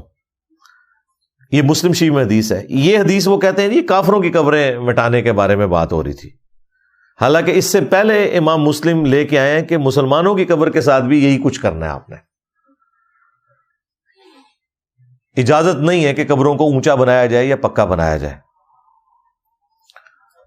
اسی کے تحت سعودی حکومت نے 1925 میں وہ مزارات بھی گرائے، جسے یہ کہتے ہیں جی مزارات شہید کر دیے۔ بھائی شہید تو حلال چیز ہوتی ہے، جو کام رسول اللہ کی نافرمانی پر کیا جائے صلی اللہ علیہ وآلہ وسلم حرام کام ہے، وہ مزارات اگر کوئی توڑے تو مزارات شہید نہیں ہوئے ہیں، مزارات قتل کیے گئے ہیں۔ جس طرح میدان جنگ میں کفار قتل کیے جاتے ہیں، تو کہ مزارات شہید نہیں ہوئے، یہ قتل ہوئے ہیں۔ وہ کام جو بعد میں ہوا وہ کہاں سے یہ ورث اختیار کر گیا کہ اسے آپ دین کا حصہ بنا دیں. یہ سلطنت عثمانیہ کی بدعت ہیں. پہلی سب سے بڑی بدعت تو ان کی جو 400 سال تک انہوں نے 1517 سے لے کے 1917 تک، جب تک کہ سلطنت عثمانیہ ختم نہیں ہو گئی، انہوں نے کعبہ شریف کے اندر 4 مسلح ڈال کے امت کی جمعیت کو توڑا. حنفی، شافعی، مالکی، حنبلی. ویسے آپ کو یہ کہانیاں کرواتے ہیں کہ چاروں امام حق پہ ہیں. اگر چاروں امام حق پہ ہیں تو ایک مسلح رکھو اور آلٹرنیٹیولی ایک دفعہ حنفی امام کھڑا کر دو، پھر شافعی، پھر حنبلی. نہیں، چاروں پیرلل میں مسلح ڈالے ہوئے تھے انہوں نے. ایک دوسرے کے پیچھے نماز پڑھنے کے بھی قائل نہیں تھے. یہ تو سعودی حکومت نے آ کے، اللہ ان کا بھلا کرے، کہ یہ مسلح اٹھائے ہیں، اور بدبختی دیکھیں ان میں سے کسی کا مسلح بھی مقام ابراہیم پہ نہیں تھا. اور قرآن میں حکم ہے وَاتَّخِذُوا مِن مَقَامِ إِبْرَاهِيمَ مُصَلًّى. اب امام کعبہ کو انہوں نے مقام ابراہیم پہ کھڑا کیا. اور میرا خیال ہے اسی لیے نہیں تھا کہ وہ چاروں پھر ضد کرتے ہوں گے کہ ہم نے ابراہیم علیہ السلام کے مقام پہ کھڑا. انہوں نے کہا جی چلو چون ہی محروم کر دینے. تو ایک یہ بڑی بدعت تھی ان کی. 1955 میں آ کے انہوں نے وہ بلڈنگز توڑی ہیں. مسلح تو 1925 میں اٹھوا دیے تھے، لیکن ابھی بھی کلرڈ تصویریں موجود ہیں. وہ 4 مسلوں کے جو چھوٹے چھوٹے انہوں نے امام مساجد کے وہ بنے ہوئے تھے نا حجرے، اس کی کلرڈ تصویریں موجود ہیں. اور انشاءاللہ اب یہ مسلح واپس نہیں آئیں گے، کیونکہ حنفی 2 ہو گئے ہیں، بریلوی اور دیوبندی. یہی آپس میں لڑتے پھرتے رہیں گے. دوسری بڑی بدعت انہوں نے جو مزارات بنوائے ہوئے تھے، جو مزار سلطنت عثمانیہ بنائے نبی اسلام کی وفات کے آلموسٹ 700-800 سال کے بعد، وہ سنت کب سے ہو گئے کہ اس کی بنیاد کے اوپر جو کوئی اسے گرائے اس کو آپ مطعون کرنا شروع کر دیں. اپنی عقل سے کام لینا چاہیے. تو یہ مزارات خود ہی غلط ہے. وہ کہتے ہیں جی انہوں نے قبریں ختم کر دی. قبریں نہیں ختم کی، قبریں آج بھی موجود ہیں، باقاعدہ نقشے موجود ہیں. حضرت عثمان غنی رضی اللہ تعالیٰ عنہ کی قبر پہ آپ نے جانا ہے، بالکل اس کی لوکیشن موجود ہے. امام مالک کی قبر موجود ہے، امام نافع کی، عبداللہ ابن عمر کی، حضرت ابراہیم جو نبی الاسلام کے بیٹے تھے ان کی قبر، اور نبی الاسلام کی ازواج مطہرات کی قبریں، سیدہ عائشہ کی، باقی امہات المومنین کی قبریں، پھر اہل البیت کی قبریں، حضرت عباس کی قبر نبی الاسلام کے جو چچا تھے، اور ان کے ساتھ حضرت سیدہ فاطمہ، اور پھر امام حسن علیہ السلام، اور امام سجاد، امام زین العابدین، اور ان کے بیٹے امام باقر، اور ان کے بیٹے امام جعفر صادق. یہ ساری قبریں ہیں جو اہل البیت کی، وہ ایک بڑے قبے کے نیچے تھیں. وہ قبہ بھی پھر سعودی حکومت نے گرا دیا، لیکن قبریں آج بھی موجود ہیں. یہ نہیں ہے کہ قبریں انہوں نے کوئی مسمار کر دی ہیں ان کو، یا بالکل ان کو مٹا کے ان کے نشانات رکھ دیے. ایسا نہیں ہوا. قبریں ہیں، نشانیاں موجود ہیں، لوگ جاتے ہیں وہاں پہ. میری خود کئی دفعہ حاضری ہوئی ہے. لیکن مزارات انہوں نے گرا دیے. پوری دنیا کے اندر جو مزارات ہیں نا، وہ قرآن و حدیث کی روشنی میں نہیں بنے ہوئے، سلطنت عثمانیہ کے بنائے گئے مزارات کی روشنی میں بنے ہوئے ہیں. اور اس میں بھی ٹاپ آف لسٹ جو ہے وہ گنبد خضرا کو دلیل بناتے ہیں. آپ لاکھ چیختے رہے ان کے سامنے کہ صحیح مسلم میں حدیث ہے، نبی الاسلام نے فرمایا کہ میں تمہیں منع کرتا ہوں قبروں کو پکا کرنے سے، قبروں پر عمارت بنانے سے، یا قبروں پر بیٹھنے سے. ڈائریکٹ بیٹھنا بھی منع ہے اور مجاور بن کے بھی بیٹھنا منع ہے. وہ کہتے ہیں پھر گنبد خضرا کیوں ہے؟ تو ان لوگوں کا علمی لیول یہ ہے کہ انہیں گنبد خضرا کی تاریخ بھی نہیں پتا ہے، کہ گنبد خضرا کا کوئی لینا دینا ہی نہیں ہے نبی صلی اللہ علیہ وآلہ وسلم یا ان کے صحابہ اور تابعین کے ساتھ. گنبد خضرا 678 ہجری میں، یعنی نبی الاسلام کی وفات کے آلموسٹ 650 سال کے بعد، پہلے 650 سال کے مسلمانوں نے یہ گستاخی کی جرات نہیں کی. انہیں پتا تھا کہ نبی الاسلام نے قبر پر عمارت بنانے سے منع کیا. 678 ہجری میں ایوبی ڈائنیسٹی کا جو ایک بادشاہ تھا، مملوک سلطنت کا، امپائر کا، ملک المنصور قلاوون، اس نے یہ کوئی منت مانی بھی تھی، اس نے لکڑی کا گنبد لا کے تو قبر رسول کے اوپر رکھ دیا. اچھا بعض لوگ یہ کہتے ہیں کہ یہ انجینئر صاحب کہتے ہیں جی گنبد خضرا جو ہے نا اسے گرا دیا جائے. میں تو نہیں کہتا, میں کہتا ہوں گنبد خضرا کو اتار لیا جائے. گرانے والی کون سی بات ہے؟ یعنی جان بوجھ کے لوگوں کے جذبات کے ساتھ کھیلنا. بھئی حجرہ عائشہ تو موجود تھا 650 سال سے, یہ تو ایک ایکسٹرا کام کیا اوپر لا کے گنبد رکھ دیا. مثلا یہ میرا ٹیبل ہے, اس کے اوپر لا کے کوئی ایک لکڑی کا ایک چھوٹا سا گنبد بنا کے رکھ دے, اس کو ہٹا دیا جائے. وہ حجرہ عائشہ تو اس کی چھت تو اپنی جگہ موجود ہے صدیوں سے, اور وہ نبی الاسلام کا پروٹوکول ہے. جامعہ ترمذی میں حدیث ہے, نبی الاسلام جب فوت ہوئے تو حضرت ابوبکر نے کہا کہ میں نے خود رسول اللہ سے یہ بات سنی تھی صلی اللہ علیہ وآلہ وسلم کہ اللہ تعالیٰ نبی کی روح وہاں پہ ہی قبض کرتا ہے جو اس کے لیے دفن ہونے کے لیے جگہ پسند فرماتا ہے. لہذا نبی الاسلام کو وہیں پر دفن کرو, جس چارپائی کے اوپر آپ کی روح قبض ہوئی ہے اس کے نیچے ہی رسول اللہ کی قبر کھودو. اس وجہ سے حجرہ عائشہ میں وہ قبر رسول بنی ہوئی ہے. یہ نہیں ہے کہ نبی الاسلام کی قبر مبارک کے اوپر کوئی مزار کسی نے بنا دیا تھا, مزار نہیں بنا ہوا تھا. اور یہ جو گنبد ہے 678 ہجری میں رکھا گیا. پوری تاریخ مدینہ کے اوپر ایک کتاب ہے ڈیٹیلڈ, وفاء الوفا علامہ سمہودی کی, 911 ہجری کے اندر وہ فوت ہوئے. آلموسٹ سمجھ لیں 8 سے 500 سال پہلے. انہوں نے پوری مدینے کی ہسٹری جو ہے نا وہ لکھی ہے. پوری دنیا میں یہ کتاب مشہور ہے, عربی میں لکھی گئی ہے, اردو ترجمہ بھی اس کا ہو چکا ہے. اس میں باقاعدہ ہسٹری لکھی ہوئی ہے کہ 678 ہجری میں یہ گنبد لا کے رکھا گیا, اور جس بندے نے یہ مشورہ دیا تھا نا کہ یہ گنبد رکھا جائے, کچھ عرصے بعد وہ معزول ہو گیا. بادشاہ وقت نے اسے اس کے عہدے سے اتار دیا. تو لوگوں نے کہا کہ اس کو سزا ملی ہے اس غلط کام کی جو اس نے غلط مشورہ دیا تھا. یعنی اس زمانے میں لوگ اسے برا سمجھتے تھے کیونکہ تازہ تازہ ایک کام ہوا تھا نا. اب تو وہ اس کا حصہ بن چکا ہے, اب لوگ اتارنے کو برا سمجھتے ہیں. وہ کام جو 650 سال بعد ہو رہا ہے اس کے غلط ہونے کے لیے اتنا ہی کافی ہے کہ پہلے 650 سال کے مسلمانوں نے یہ کام نہیں کیا. اور جب یہ گنبد رکھا گیا اس وقت اس کا کلر سفید تھا. 1837 عیسوی میں بمشکل 200 سال پہلے اس کا کلر جو ہے نا وہ سلطنت عثمانیہ نے گرین کیا ہے. اس سے پہلے اس کا کلر بھی گرین نہیں تھا, اور اب بھی اسے کچھ عرصے کے بعد اس کا گرین کلر مینٹین کرنے کے لیے باقاعدہ پینٹ ہوتا ہے. پینٹ اتر جاتا ہے اس کے اوپر سے بارشوں کی وجہ سے, دھوپ کی وجہ سے. گرین کلر ہی ایسا ہے, وہ ویسے بھی دھوپ کے اندر فوراً ہی اتر جاتا ہے.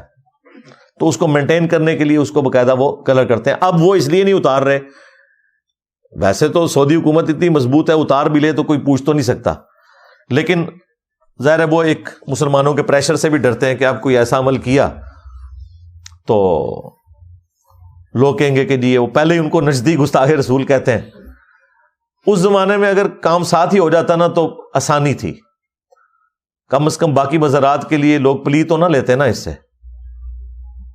تو اگر لوگوں کو ایجوکیٹ کیا جائے اور اتار لیا جائے تو میرا خیال ہے سنت کو اسٹیبلش کرنے والی یہ بات ہے, کوئی گستاخی والی اس میں بات ہی نہیں ہے. گستاخی تو ان لوگوں نے کی ہے جنہوں نے نبی الاسلام کی نافرمانی کرتے ہوئے قبر رسول کے اوپر لا کے گنبد رکھ دیا. اگر یہ گستاخی نہیں ہے تو پہلے 650 سال کے مسلمان سوئے پڑے رہے, حالانکہ گنبد بنانے کی ٹیکنالوجی بھی موجود تھی. کوئی کہہ سکتا ہے جی اس ٹائم پتہ نہیں ہوگا گنبد کیسے بنتے ہیں. اوے اللہ کے بندو, گنبد خضرا سے کم از کم 10 گنا بڑا گنبد نبی الاسلام کی پیدائش سے بھی 40 سال پہلے آیا صوفیہ, یہ جو استنبول میں وہ اب ٹرکی والوں نے اس کو نماز کے لیے بھی کھول دیا ہے, یہ نبی الاسلام کی پیدائش سے بھی 40 سال پہلے کا بنا ہوا ہے. تو گنبد بنانے کی ٹیکنالوجی موجود تھی. ڈوم آف دا راک, گولڈن ڈوم جو یروشلم میں, قبۃ الصخرہ یعنی وہ چٹان جس سے نبی الاسلام معراج پہ تشریف لے گئے تھے, یہ جو گولڈن ڈوم ہے یہ صحابہ کرام کے دور میں بنا ہے. عبد الملک بن مروان جو اموی خلیفہ تھا, اس نے نبی الاسلام کی وفات کے آلموسٹ 70 سال کے بعد یہ گنبد بنایا. اس کے اوپر لوگ کہتے ہیں نہیں وہ گنبد تو صحابہ کی موجودگی میں بنا ہے. یہی تو فرق ہے, وہ قبر کے اوپر نہیں بنا ہوا, قبروں پہ عمارت بنانا منع ہے. ورنہ جن صحابہ کی موجودگی میں یہ کچھ ہو رہا تھا انہوں نے تو سونے کا گنبد رسول اللہ کی قبر پہ رکھ دینا تھا. حضرت عمر کے دور میں جب آج کے اربوں ڈالرز جزیہ مل رہا تھا رومن امپائر سے مسلمانوں کو, حضرت عمر کے لیے کوئی مسئلہ تھا کہ سونے کا ایک گنبد بنا کے تو قبر رسول کے اوپر رکھ دیتے؟ انہیں پتا تھا کہ نبی الاسلام نے منع فرمایا قبروں کو پکا کرنے سے, قبروں پر عمارت بنانے سے اور ان پر بیٹھنے سے. ڈائریکٹ بیٹھنا بھی منع ہے, مجاور بن کے بیٹھنا بھی منع ہے. آپ کو بڑی بڑی باتیں کریں گے جی, گنبد کے حق میں یہ دلیل دے رہے ہوں گے آپ کو, یہ کیسے ہو سکتا ہے کہ نبی الاسلام کی قبر کے اوپر جو ہے وہ خلاف سنت کام ہو جائے اور اللہ برداشت کر لے. سرکار پھنس جاؤ گے, بڑے پیڑے پھنسو گے, کیونکہ آج جو امام کعبہ ہے وہ تو آپ کے نزدیک نجدی ہے, مکے کا بھی اور مدینے کا بھی. یہ پھر کیسے ہو گیا؟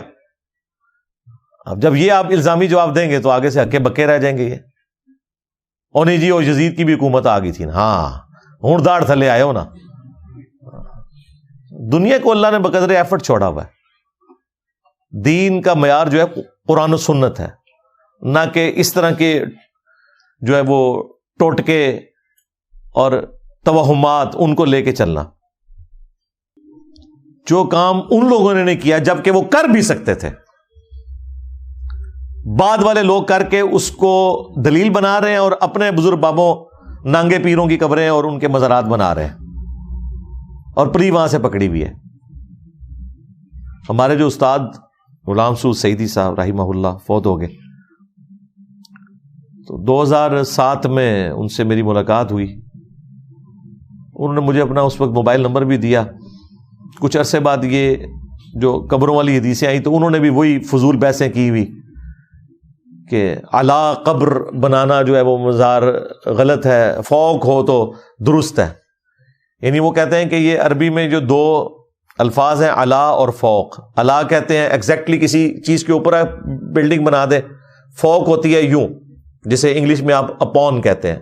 یہ اپون ہے اور آن, یعنی ایگزیکٹلی قبر کو اوپر اس طریقے سے بلڈنگ بنا کے ایکسٹینڈ کرنا, وہ کہتے ہیں یہ منع ہے. اگر سائڈ پہ دیواریں کھڑی کر کے وہی جو فقہ حنفی کے ہیلے ہیں اور اوپر گنبد رکھ دیں تو یہ جائز ہے. یعنی نبی الاسلام جب بتا رہے تھے تو صحابہ کرام کے دماغ میں بھی نہیں تھا کہ جو حضور منع کر رہے ہیں عمارت بنانے سے تو اس سے مراد کیا ہے. انہیں پتا تھا کہ سائڈ سے ہو یا اوپر ہو. تو فون پہ میری ان سے بات ہوئی بعد میں نے کہا یہ آپ کس قسم کی توجیحات بیان کر رہے ہیں؟ کہتے ہیں نہیں وہ اللہ کے الفاظ موجود ہیں, تو اس لیے قبر کے ایگزیکٹ اوپر بلڈنگ بنانا منع ہے. سائڈ سے اگر بلڈنگ کھڑی کر کے اوپر یوں گنبد رکھ لیا جائے تو وہ جائز ہے. میں نے کہا یہ تو آپ بڑی عجیب بات کر رہے ہیں. پھر میرے دماغ میں پھکی آئی, میں نے کہا اچھا مجھے یہ بتائیں, آپ یہ کہنا چاہ رہے ہیں کہ ایک قبر بنی ہوئی ہے, اس قبر کے اوپر اینٹیں لگا کے بلڈنگ بنانی شروع کر دی جائے اور وہ قبر اتنی اونچی ہو جائے؟ کہتے ہیں ہاں جی یہ والی منع ہے. میں نے کہا آپ کے سارے مزار ہی یہی بنے ہوئے ہیں, جتنے مزارات ہیں ایگزیکٹلی اس کے اوپر بلڈنگ بنی ہوئی ہے. میں نے کہا جس طرح کے داتا دربار بنا ہوا ہے وہ بیسمنٹ میں ہے قبر علی بن عثمان اجویری کی. یہ جب کمپلیکس تعمیر ہوا نا, جب نواز شریف صاحب پہلی دفعہ وزیر اعظم بنے تھے نا, تو یہ کارنامہ انہوں نے کیا تھا. ہمارے جتنے بھی حکمران ہیں نا یہ مزارات کے ساتھ لگاؤ رکھتے ہیں اس وجہ سے تاکہ انہیں ووٹ پڑے. خان صاحب بھی جا کے وہ پاک پتن جا کے قبر کے اوپر گر گئے تھے سجدہ کرنے, وہ اسی لیے گئے تھے کہ ووٹ پڑے.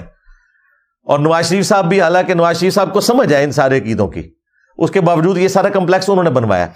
تو بیسمنٹ میں قبر تھی, اس کو ایکسٹینڈ کرتے ہوئے اوپر کے فلور تک لے آئے ہیں. یہ جو آپ کو باہر نکلی ہوئی قبر نظر آ رہی ہے نا, کم از کم اس سے 15-20 فٹ نیچے ہے قبر. یہ وہ عمارت بنانا ہے جس کو بریلوی بھی غلط سمجھتے ہیں لیکن نہیں بولتے. میں نے کہا جی یہ جو بنی ہوئی ہے, کہتے ہیں جی اس پہ میں نہیں بات کروں گا. میں نے کہا بات کریں آپ, میں آپ کی فون بھی نہیں کال ریکارڈ کر رہا کہ میں نے کہیں چڑھا دینی ہے, لیکن کم از کم آپ مانے تو صحیح نا. کہتے نہیں بس میں نے مسئلہ آپ کو بتانا تھا, بتا دیا. تو یہ خام خواہ بیچ میں سے نا انہوں نے پخیں نکالی ہوئی ہیں, حالانکہ بتانے والے کا نہ وہ مطلب ہوتا ہے, نہ صحابہ کرام جو سن رہے تھے انہوں نے وہ مطلب نکالا جو بعد کے لوگوں نے نکالنا شروع کر دیا. پھر عجیب قسم کی متھ اور عقیدے انہوں نے وابستہ کر دیے. جی گنبد خضرا کا سایہ ہی نہیں ہے. اللہ بھلا کرے اس میڈیا کا اور یہ اجمیر شریف والوں نے جو کیمرے بنا دیے، بغداد شریف والوں نے یوٹیوب بنا دی، ورنہ تو آج کے لوگوں کو تو پتہ ہی نہیں چلتا.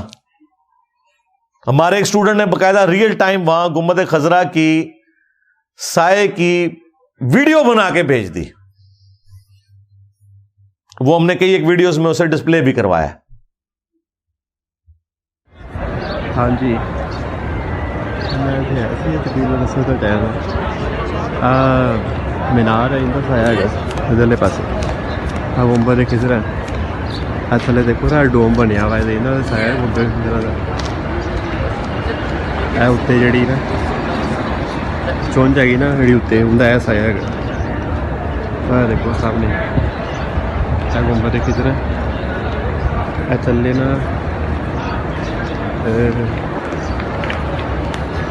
ਇੱਥੋਂ ਦਾ ਗੋਲ ਸਾਇਆ ਸ਼ੁਰੂ ਹੋ ਰਿਹਾ ਇੱਥੋਂ ਲੈ ਕੇ ਐਵੇਂ ਗੋਲ ਇੱਥੇ ਆ ਚੁੰਝ ਆ ਗਈ ਉੱਤੇ, ਚੁੰਝ ਤੋਂ ਬਾਅਦ ਫਿਰ ਇਹ ਗੋਲ ਇੱਥੇ ਤੱਕ ਸਾਇਆ. سایہ تو ہے نا دیکھو.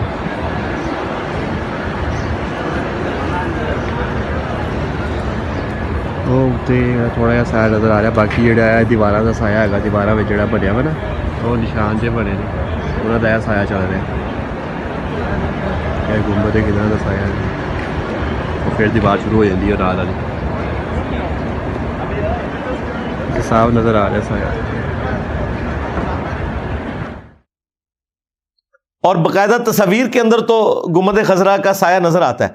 اب وہ لوکیشن اس طرح کی ہے کہ وہ سایہ زمین تک جو پہنچنا ہے وہ کچھ تھوڑے سے لمحات کے لیے ہوتا ہے، کیونکہ وہ بلڈنگ کے اوپر ہے تو سایہ اوپر ہی رہتا ہے نا، اس کے ارد گرد بھی بلڈنگ بنی ہوئی ہے. اب بالکل ایکسٹریم پہ جب سورج جاتا ہے نا تو اب سورج یہ بقیہ غرقد قبرستان اس طرف ہے نا، یہ مشرق ہے اور یہ قبلہ رخ ہے، اور یہاں پہ گنبد خضرا ہے اور قبر مبارک قبلہ رخ بنی ہوئی ہے.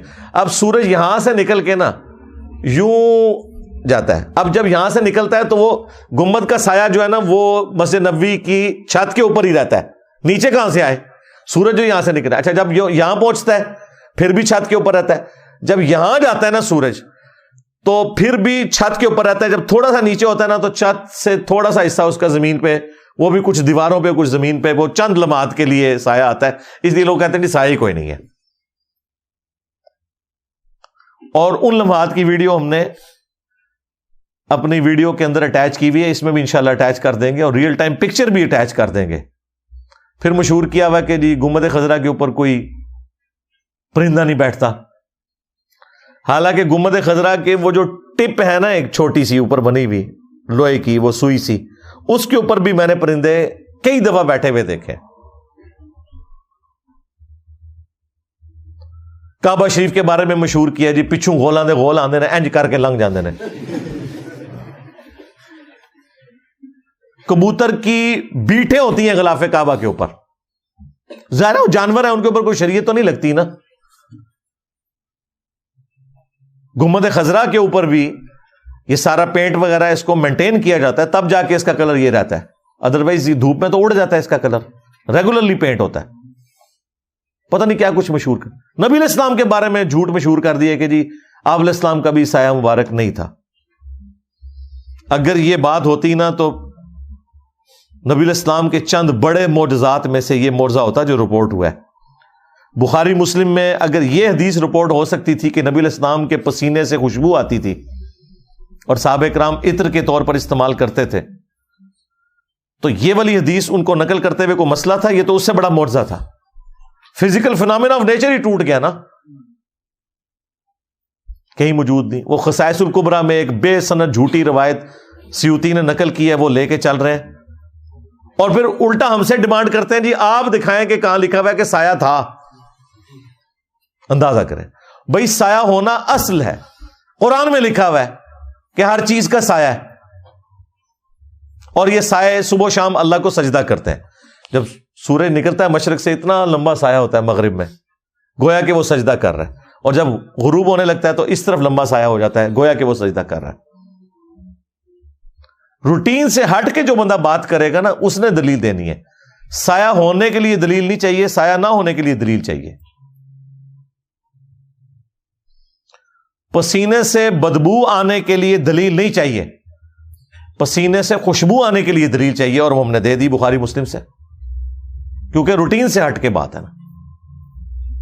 اس کے باوجود ہم کہتے ہیں کہ المستدرک للحاکم میں حدیث موجود ہے، نبی الاسلام نے نماز کے دوران اللہ تعالیٰ نے آپ کو جنت دکھائی، اس کا حصہ بخاری اور مسلم میں بھی موجود ہے یہ والا۔ آپ نے فرمایا کہ میں نے ارادہ کیا کہ میں انگوروں کا ایک گوشہ توڑوں، اگر توڑ لیتا تم ہمیشہ کھاتے رہتے، کیونکہ جنت کو فنا نہیں ہے۔ پھر اللہ تعالیٰ نے مجھے نماز کی حالت میں ہی جہنم بھی دکھائی، اور اس میں الفاظ ہیں میں نے تمہارا اور اپنا سایہ جہنم میں دیکھا، یعنی اتنا قریب وہ جو جہنم قریب تھی کہ نبی الاسلام نے اپنا سایہ محسوس کیا۔ پھر آپ نے اس کی تعویل کی کہ میرے بعد امت کے اوپر فتنے آئیں گے۔ پھر مسند احمد میں حدیث موجود ہے، نبی الاسلام کی جو بیوی ہیں سیدہ زینب، وہ کہتی ہیں کہ میں نے اپنے قریب آتے ہوئے ایک سائے کو دیکھا، وہ خیمے میں بیٹھی ہوئی تھی، تو جب وہ میرے قریب آئے تو میں نے دیکھا وہ اللہ کے نبی علیہ السلام تھے۔ تو نبی علیہ السلام کا سائے پہ بھی حدیثیں موجود ہیں، لیکن ان کی ضرورت نہیں ہے، نہ ہونے کے لیے دلیل چاہیے، ہونے کے لیے دلیل کی ضرورت ہی نہیں ہے، وہ اپنی اصل میں۔ تو اس طرح کے دیو مالائی قصے کہانیاں یہ لوگ مشہور کر دیتے ہیں، اور پھر دین کو ایسا ٹیمپر کرتے ہیں کہ جو بندہ قرآن و حدیث پیش کرتا ہے اس کے اوپر گستاخی کے فتوے لگانا شروع کر دیتے ہیں، اور کہتے ہیں ہم نے تو آج تک یہ بات سنی نہیں۔ بھئی آپ اور آپ کے آباء و اجداد نے نہ قرآن پڑھا نہ سنت پڑھی، انہوں نے کہاں سے سننی تھی؟ پڑھا ہوتا۔ یہ بالکل ہم تصدیق کرتے ہیں کہ آپ نے واقعی نہیں سنی، نہ آپ کے بڑوں نے سنی، یہی تو ہمارا رونا ہے کہ نہ آپ نے قرآن و سنت پڑھی نہ آپ کے بڑوں نے پڑھی۔ پھر نبی علیہ السلام کے بال مبارک، وہ تو آئے دن یہ لوگ زیارت کرواتے رہتے ہیں میلاد کے جلسوں کے اندر، گچھوں کے گچھے بنے ہوئے، تو آج ہی فیصلہ کر لیتے ہیں ان بالوں کا سایہ پھر نہیں ہونا چاہیے اگر یہ نبی علیہ السلام کے بال مبارک ہے۔ تو اس کا جواب ہو سکتا ہے کوئی بدبخت یہ دینے کی کوشش کرے کہ نہیں جی وہ جب تک جسم کے ساتھ تھے، تو اس کا مطلب ہے تم کہہ رہے ہو کہ جسم سے ہٹ کے اس کی برکات ختم ہو گئی ہیں۔ توبہ توبہ توبہ، اتنی بڑی گستاخی۔ بخاری میں موجود ہے کہ نبی علیہ السلام کے بال مبارک کا دھون صحابہ کرام بیماری میں شفا کے طور پر لیتے تھے، اور مسلم شریف میں آپ کے کرتے کا دھون شفا کے طور پر لیتے تھے۔ تو نبی علیہ السلام کے بال مبارک کی برکات ختم تو نہیں ہوگی۔ آج ہی فیصلہ کر لیتے ہیں بال مبارک یہ جو تم لوگ زیارت کروا رہے ہو اس کے اوپر ٹارچ مارو، اگر سایہ اس کا نکل آتا ہے پھر ہمارا مقدمہ درست ہے، اور اگر نہیں نکلتا تو ہم بریلوی ہونے کے لیے تیار ہیں۔ لو جی، منازعہ بھی کرنے کی ضرورت نہیں ہے۔ توپ کاپی میوزیم میں تو اوریجنل بال نبی علیہ السلام کے رکھے ہوئے ہیں ٹرکی کے اندر، وہاں جا کے آپ چیک کر لیں تو آپ کو پتا چل جائے گا کہ سایہ نظر آتا ہے ساتھ۔ ساری کہانیاں بنائی ہوئی ہیں انہوں نے، اور ان کہانیوں کی بنیاد کے اوپر انہوں نے اتنے بڑے بڑے عقیدے کھڑے کر دیے کہ جو بندہ اس کے خلاف بات کرتا ہے اسے گستاخ کہنا شروع کر دیتے ہیں۔ لیکن یہ سب کچھ پرانا ایک ڈھکوسلا ہے، اب یہ معاملات اس طریقے سے آگے نہیں چلیں گے انشاءاللہ تعالی۔ اچھا، اب اینڈ پہ میں قبر رسول صلی اللہ علیہ وآلہ وسلم کے حوالے سے بھی چند ایک چیزیں بیان کر دوں۔ بسا اوقات جب کبھی گنبد خضرا کے حوالے سے ڈسکشن شروع ہوتی ہے تو لوگ یہ پروپیگنڈا کرتے ہیں کہ یہ لوگ جو ہیں وہ قبر رسول کو ختم کرنا چاہتے ہیں، نعوذ باللہ من ذالک۔ قبر رسول کے خلاف سازش تو آپ لوگوں نے کی ہے کہ اصل جس شخصیت کا پروٹوکول تھا ان کے نام کے اوپر تم لوگوں نے چندے کھائے، جدادیں بنائی، مکے اور مدینے کی آوازیں لگا کے سواریاں سوار کی، اللہ اور اس کے رسول عز و جل و صلی اللہ علیہ وآلہ وسلم کے نام پر لوگوں کا استحصال کیا، اور ادھر اپنے بزرگ بابوں کے مزارات بنانا شروع کر دیے۔ غداری تو تم لوگوں نے کی ہے۔ قبر رسول صلی اللہ علیہ وآلہ وسلم کی حاضری اس پلانٹ ارتھ پہ نفلی عبادات میں افضل ترین عبادت ہے، اس میں کوئی شک نہیں ہے۔ آپ صلی اللہ علیہ وآلہ وسلم کی قبر مبارک اس دنیا کا حصہ نہیں ہے، وہ جنت کا ٹکڑا ہے۔ بخاری اور مسلم دونوں میں حدیث ہے کہ میرے گھر سے لے کر میرے ممبر تک ریاض الجنہ ہے، جنت کے ٹکڑوں میں سے ایک ٹکڑا ہے. اور اس حدیث کے اوپر امام بخاری نے باب باندھا ہوا ہے کہ قبر رسول سے لے کر نبی صلی اللہ علیہ وآلہ وسلم کے ممبر تک یہ جنت کا ٹکڑا ہے.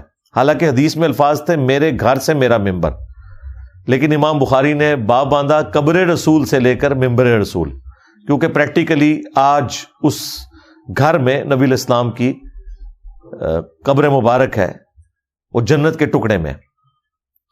یہی وجہ ہے کہ صحیح بخاری میں آتا ہے سیدنا عمر کو جب زخم لگا اور ان کا معدہ کٹ گیا، جب انہیں یہ امید ہوئی کہ اب میں زندہ نہیں بچوں گا اس زخم سے، تو انہوں نے عبداللہ بن عمر کو بھیجا سیدہ عائشہ کے پاس اور کہا کہ سیدہ عائشہ سے کہنا کہ عمر بن خطاب عرض کرتا ہے کہ میں اپنے 2 ساتھیوں کے ساتھ دفن ہونا چاہتا ہوں، یعنی روضہ شریف میں. چونکہ وہ حجرے عائشہ کا حصہ تھا وہ ایک کمرہ، تو اس لیے اما عائشہ کی اجازت ضروری تھی.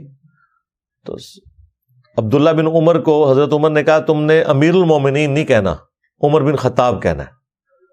ہاں، کیونکہ یہ نہ ہو کہ امیر المومنین کہو تو پھر وہ اسے حکم سمجھیں گی. ظاہر ہے اما عائشہ پہ بھی تو حاکم وقت کا حکم ماننا فرض تھا، تو امیر المومنین نہیں بولنا. تو جب انہوں نے عرض کی تو اما عائشہ نے کہا کہ وہ جگہ تو میں نے اپنے لیے رکھی تھی، لیکن آج میں عمر کو اپنے پہ ترجیح دوں گی.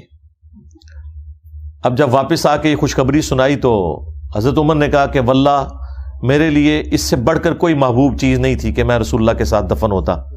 جب میں مر جاؤں تو پھر ایک دفعہ میری میت کو دفنانے سے پہلے سیدہ عائشہ سے پوچھ لینا، ہو سکتا ہے انہوں نے میرے روب کی وجہ سے اجازت نہ دے دی ہو،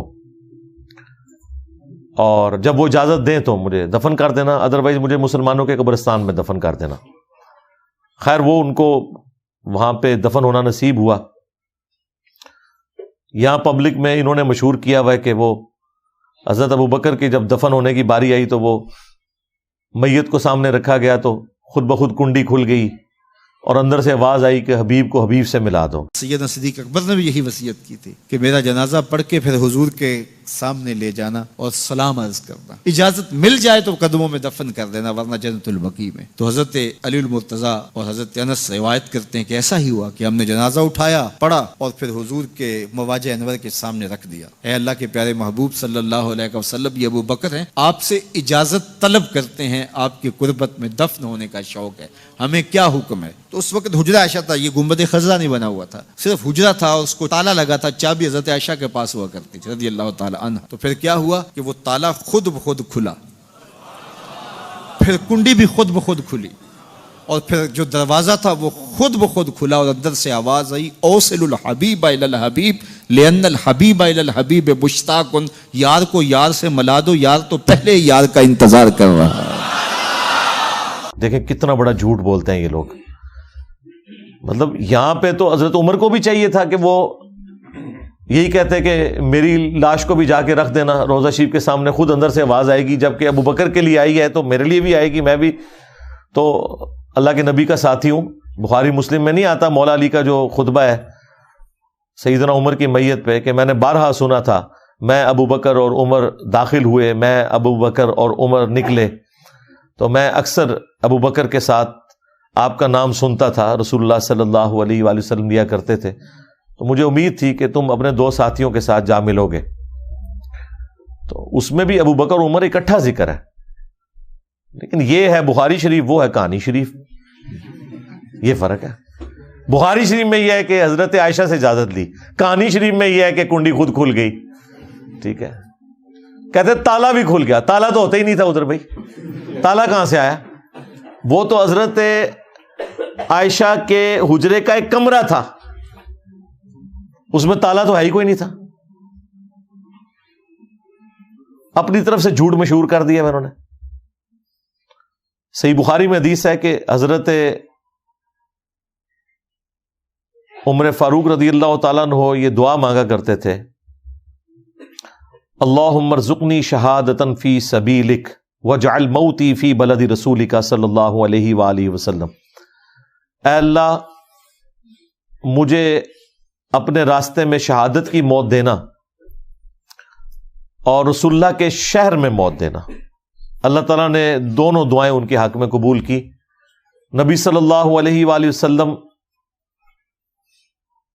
کے شہر میں موت آئی اور دفن بھی ہوئے روضہ شریف میں نبی علیہ السلام کے ساتھ، اور شہادت کی موت بھی ملی۔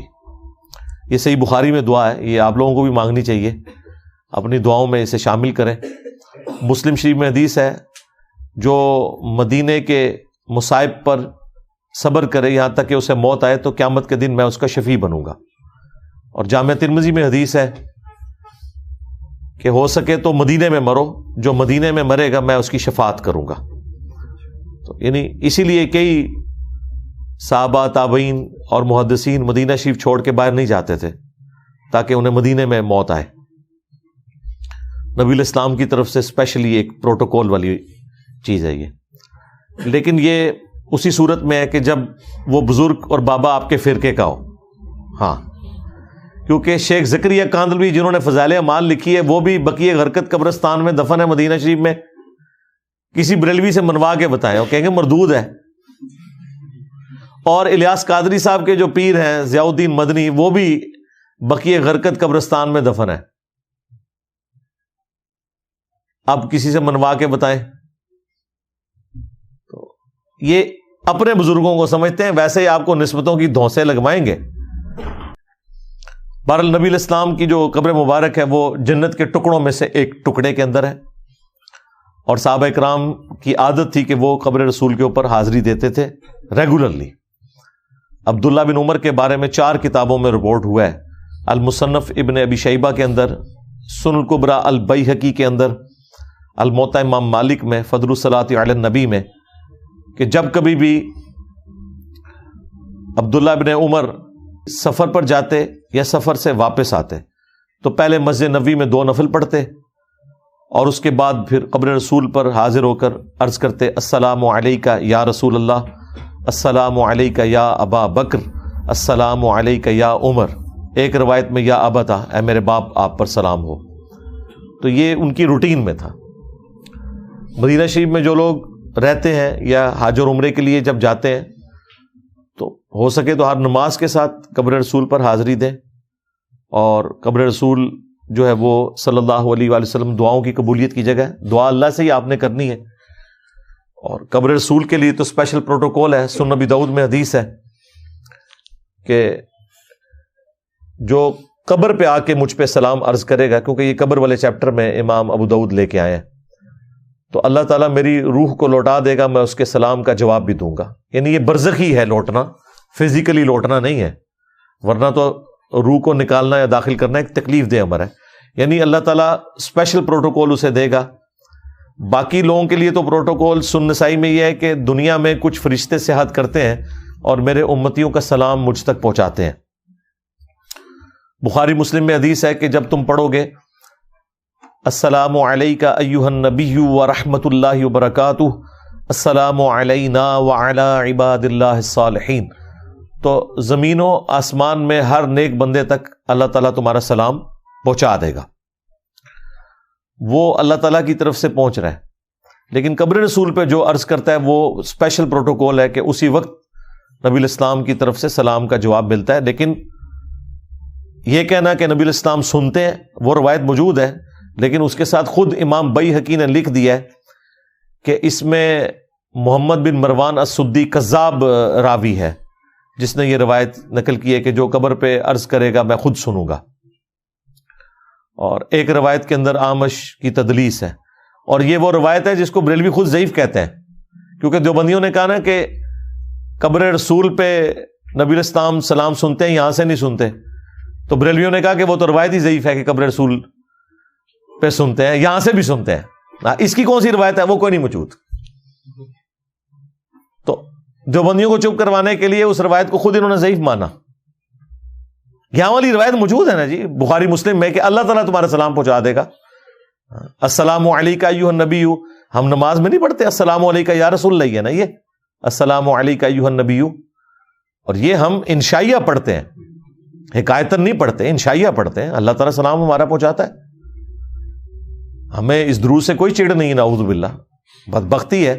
لیکن اذان کے ساتھ جو آپ نے ایڈ کر دیا ہے یہ آپ نے بدعت کی ہے. ویسے آپ پڑھیں، اذان کے بعد پڑھیں، اسپیکر بند کر کے جتنا مرضی پڑھیں.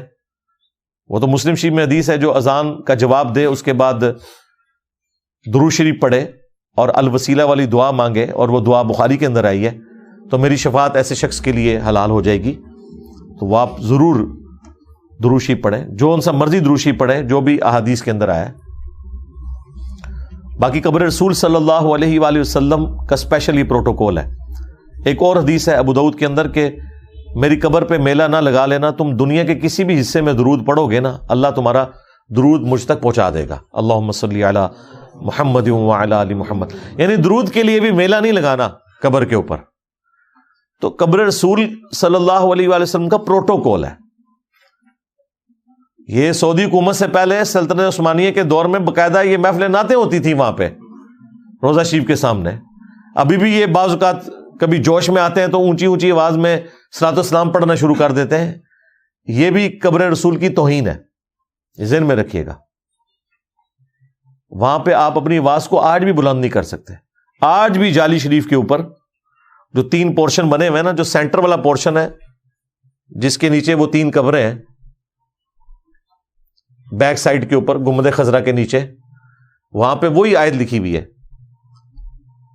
لا ترفعوا اصواتکم فوق صوت النبی یا ایھا الذین آمنوا لا ترفعوا اصواتکم فوق صوت النبی.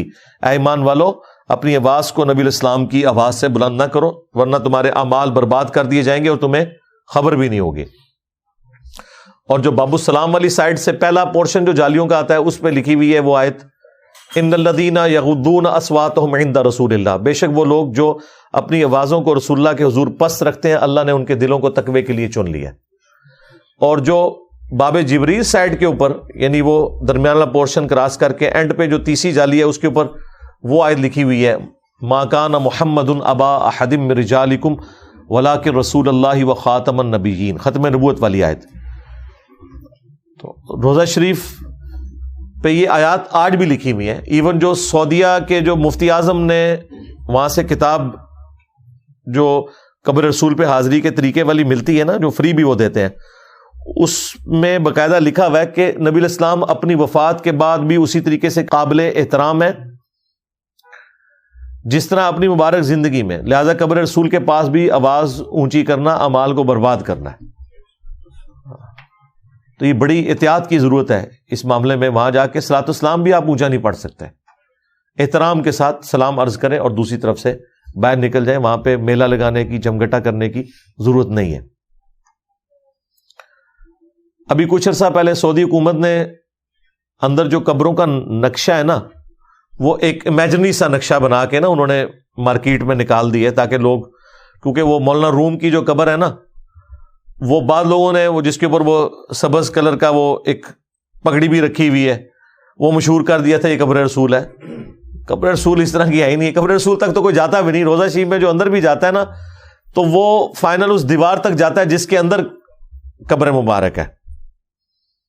وہ تو صدیوں سے بند پڑی ہوئی ہے. وہ ایک نور الدین زنگی والا واقعہ بھی بیان کرتے ہیں، اس کی بھی سند کوئی نہیں ہے. اور وہ دیکھیں کتنا گستاخانہ واقعہ ہے وہ. مطلب اس میں وہ کہہ رہے ہیں کہ نبی الاسلام کی جو جس میں اتھر ہے اس کو یہودی لے کے جانا چاہتے تھے، اور پی ٹی وی نے ڈرامہ بھی بنا دیا. ویسے کہتے ہیں نبی الاسلام مشکل کشا ہیں، تو وہ نبی الاسلام نے مدد مانگی جو حضرت نور الدین زنگی سے. تو ہی فراڈ ہے، جھوٹ ہے، اس طرح نہیں ہے. بل وہ روضہ شریف کو ایک پروٹوکول دیا، وہاں تک کوئی جاتا بھی نہیں. جالی شریف سے کافی پیچھے ہے قبر مبارک.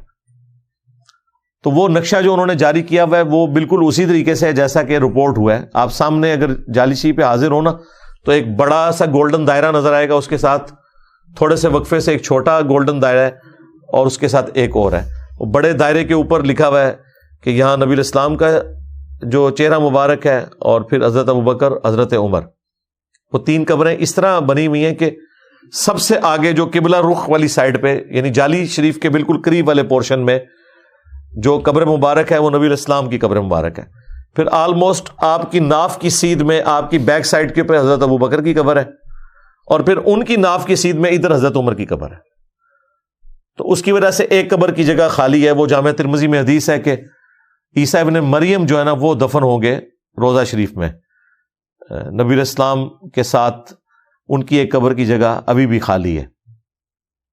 تو یہ باقاعدہ جو ٹاپ ویو ہے نقشہ یہ سعودی حکومت نے جاری کر دیا ہوا ہے. وہ ہے تو تھریٹیکل بنایا ہوا ہے انہوں نے، لیکن سمجھانے کے لیے. وہ حجرہ چھوٹا سا ہی ہے، اور اس کے ساتھ ہی سیدہ عائشہ کا وہ ایک چھوٹا سا کمرہ جس میں انہوں نے 47 سال آپ علیہ السلام کی وفات کے بعد گزارے.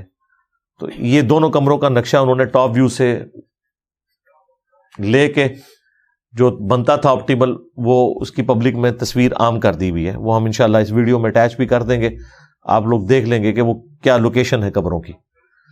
بال روضہ شریف کے اوپر حاضری دیتے وقت فل پروٹوکول، ادب اور احترام کو ملحوظ خاطر رکھنا یہ ہر مسلمان کے اوپر واجب ہے. وہاں پہ اونچی آواز میں نعتیں پڑھنا، پچھلے دنوں بھی ایک کوئی ویڈیو آئی تھی جو بڑا کارنامہ بتا رہے تھے جی ادھر انہوں نے یہ کر دیا. ٹھیک ہے، عجیب و غریب قسم کے جذباتی مسلمان ہیں، اور پتہ نہیں وہ کیا سمجھتے ہیں کہ وہاں نعرہ مار لینے سے کوئی ہم بڑے عاشق رسول ثابت ہو جائیں گے. بھائی گستاخ ہی ہو گئے اپنی آواز کو اونچا کرنے سے، وہاں سیدھی سی بات ہے. لیکن تصویر کا ایک دوسرا پہلو بھی ہے جو نبی علیہ السلام نے اپنی قبر مبارک کے حوالے سے بالکل کلیئر کیا ہے، وہ بھی ہمارے ذہن میں ہونا چاہیے. مسند احمد میں حدیث ہے، اللہم لا تجعل قبری وثنا یعبد، اے اللہ میری قبر کو ایسا بت نہ بننے دینا کہ لوگ اس کی پرستش شروع کر دیں. یعنی نبی علیہ السلام کو اس حوالے سے بھی امت کی فکر ہے. آپ نے دعا کی ہے کہ اے اللہ میری قبر کو وہ بت نہ بننے دینا کہ لوگ اسے پوجنا شروع کر دیں. یہاں امت نے مشہور کیا جی وہ نبی علیہ السلام نے کہہ دیا کہ امت شرک نہیں کرے گی. یہ نہیں الفاظ، مجھے اپنے بعد تم سے شرک کا خوف نہیں. جس طرح اگلی امتیں ساری مشرک ہو گئی تھی، میری امت اس طرح ساری مشرک نہیں ہوگی، ایک گروہ قیامت تک حق پہ قائم رہے گا. یہ مطلب تھا. اس کے اوپر میری تفصیلی ویڈیو ہے، مجھے تم سے شرک کا خوف نہیں، وہ آپ دیکھ لیں. پھر بخاری اور مسلم دونوں میں حدیث موجود ہے، نبی علیہ السلام کہ جب آخری دن چل رہے تھے تو ام عائشہ کہتی ہیں کہ نبی علیہ السلام کے پاس پانی کا ایک برتن تھا جس میں آپ اپنے ہاتھوں کو بھگو کے اپنے جسم پہ ملتے تھے بخار کی حدت کو کم کرنے کے لیے. بار بار چہرے اقدس سے چادر ہٹاتے اور کہتے لعن اللہ الیہود والنصارى اتخذوا قبور انبیائہم مساجدا، اللہ کی لعنت ہو یہود و نصارہ کے اوپر کہ انہوں نے اپنے نبیوں کی قبروں کو سجدہ گاہ بنا لیا تھا. اس کے ساتھ سیدہ عائشہ کے الفاظ ہیں کہ اگر ہمیں یہ خطرہ نہ ہوتا کہ لوگ رسول اللہ کی قبر پہ سجدے شروع کر دیں گے تو ہم نبی علیہ السلام کی قبر کو زائرین کی زیارت کے لیے کھلا چھوڑ دیتے. اس زمانے میں بھی اما عائشہ کی اجازت کے بغیر کوئی حجرے میں نہیں جاتا تھا، اوپن نہیں چھوڑا گیا، کیونکہ اما عائشہ کہتی ہیں ہمیں ڈر تھا کہ لوگ سجدے شروع کر دیں گے. یہ کہہ رہے شرک ختم ہو چکا ہے، اما عائشہ کہہ رہی ہے ہمیں تو ڈر تھا، کیونکہ انہیں پتا تھا کہ بخاری میں حدیث ہے، دیکھنا میری شان کو اس طرح بلند نہ کرنا جس طرح نصارہ نے اپنے پیغمبر کو بڑھا دیا. میں اللہ کا بندہ اور اس کا رسول ہوں، مجھے اللہ کا بندہ اور اس کا رسول ہی کہنا. پھر مسلم شریف میں حدیث ہے، جندب رضی اللہ تعالیٰ عنہ کہتے ہیں نبی علیہ السلام نے 5 دن پہلے اپنی وفات سے ہمیں خطبہ دیتے ہوئے ارشاد فرمایا کہ دیکھنا تم میں سے جو اگلے لوگ گزر چکے ان میں سے کوئی پیغمبر یا نیک آدمی فوت ہوتا تھا تو وہ اس کی قبر پہ سجدے کرنا شروع کر دیتے تھے، میں تمہیں اس بات سے منع کرتا ہوں. پھر بخاری اور مسلم میں یہ حدیث موجود ہے کہ نبی علیہ السلام کے آخری دن چل رہے تھے اور آپ کی 3 بیویاں آپ کے ساتھ بیٹھی ہوئی تھیں، سیدہ عائشہ، سیدہ ام حبیبہ اور سیدہ ام سلمہ رضی اللہ عنہم اجمعین وعلیہم السلام اجمعین. اب یہ جو 2 بیویاں یہ تو اتنی سینئر ہیں کہ انہوں نے ہجرت حبشہ بھی کی ہوئی ہے. ہجرت مدینہ سے پہلے جو ہجرت حبشہ تھی اپنے ایکس ہسبینڈز کے ساتھ، ام سلمہ اور ام حبیبہ. تو وہ آپس میں باتیں کر رہی تھیں کہ جب ہم لوگ حبشہ گئے تھے وہاں ہم نے ماریہ نام کا ایک گرجا دیکھا تھا جہاں کچھ تصویریں لٹکی ہوئی تھی. نبی علیہ السلام اپنے آخری دنوں میں تکلیف میں ہیں، بیماری میں ہیں، آپ فوراً اٹھے. آپ نے کہا یہی ان کی خرابی تھی کہ جب کوئی نبی یا نیک آدمی فوت ہو جاتا اس کی قبر پہ تصویریں لٹکا دیتے، پھر اس پہ سجدے شروع کر دیتے. قیامت کے دن یہ بدترین مخلوق بنا کے اٹھائے جائیں گے جو قبروں پہ سجدہ کرنے والے لوگ ہیں. نبی علیہ السلام اپنے آخری دنوں میں امت کے لیے فکر مند ہے اس حوالے سے، اور وہ نظر آ رہا ہے، فکر بالکل درست تھی، وہ نظر آ رہا ہے کہ لوگ قابو ہی نہیں آ رہے، مسلمان میں اور ہندو میں فرق کرنا مشکل ہو گیا، جو ایکٹیویٹیز انہوں نے جاری کی ہوئی ہیں، جس طرح وہ بتوں کو غسل دیتے تھے، اب تو یہ اگلے دن مجھے وہ شاہ جی نے وہ ویڈیو دکھائی ہے، اس میں تو عبد القادر جیلانی کا بھی ایک چھوٹا سا بت بنا کے اس کو بھی غسل دے رہے ہیں۔ بالکل ٹھیک کر رہے ہو، کرو، تاکہ انجینئر صاحب کو پتہ لگے تو کام چوک دیں تھوڑا، کرو اور کرو۔ تماشا بنایا ہوا ہے ان لوگوں نے۔ نبی علیہ السلام نے پہلے ہی فرما دیا تھا یہ سب کچھ ہونا ہے۔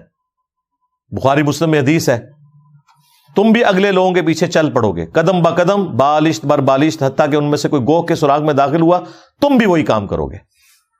صحابہ کرام نے پوچھا یہ اگلے لوگوں سے مراد کیا یہود و نصارہ ہیں؟ آپ نے فرمایا اگر وہ مراد نہیں تو اور کون سے لوگ مراد ہیں؟ اب یہ حدیث ان کے گلے کا کانٹا ہے، کیونکہ یہود و نصارہ کی ساری خرابیاں اس امت کے اندر آئی ہوئی ہیں، تو اس سے جان چھڑانے کے لیے پتہ انہوں نے کیا لیم ایکسکیوز نکالا، انہوں نے کہا نہیں یہاں مراد جو ہے فیشن ہے۔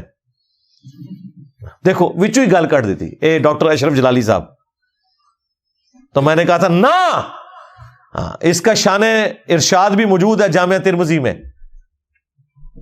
یہ کس موقع پہ آپ نے فرمایا تھا؟ یہ تو آپ نے فرمائی عقیدوں کے اوپر تھا۔ غزوہ حنین کے موقع پر جو مشرکین عرب کے خلاف آخری جنگ تھی، فتح مکہ کے بعد ہوئی 3-4 مہینے بعد، اس میں جب صحابہ کرام جا رہے تھے تو راستے میں انہوں نے ایک درخت دیکھا جسے ذات انواد کہا جاتا تھا۔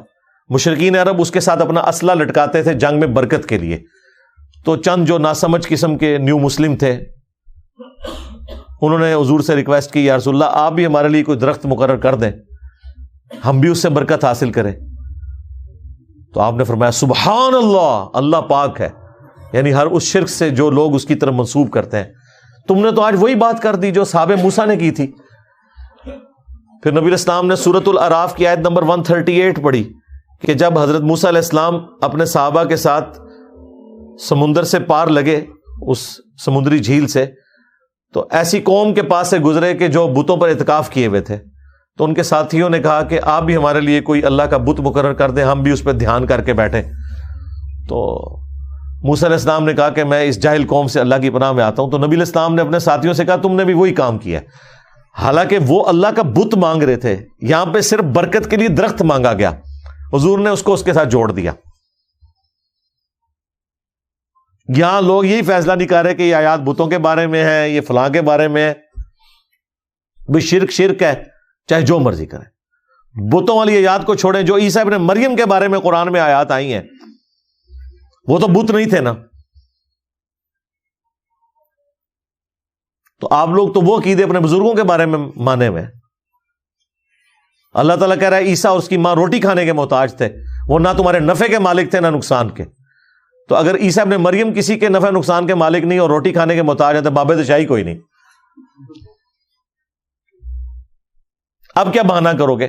اور اس آیت میں اللہ نے من دون اللہ بھی کہا عیسیٰ اور ان کی والدہ کو، اور کہا نفع نقصان کے مالک بھی نہیں ہے، کہانی ختم ہوگی۔ یہ بتوں والی آیت تو نہیں ہے۔ تو اس موقع پہ نبی علیہ السلام نے جب یہ دیکھا تو آپ نے فرمایا تم بھی اگلے لوگوں کے پیچھے چل پڑو گے، قدم با قدم، بالشت بر بالشت، حتیٰ کہ کوئی گوہ کے سراغ میں داخل ہوا تم بھی وہی کام کرو گے۔ یعنی صحابہ کرام نے وہ جو درخت مانگا تھا نا برکت کے لیے، نبی علیہ السلام نے اسے کہا کہ یہ بالکل وہی کام تم نے کیا جو صحابہ موسیٰ نے اللہ کا بت مانگا تھا۔ اندازہ کریں نبی علیہ السلام کی سینسٹیوٹی کا لیول دیکھیں۔ یہاں قوم نے کہا ٹھیک ہے جی جو مرضی کرتے رہو۔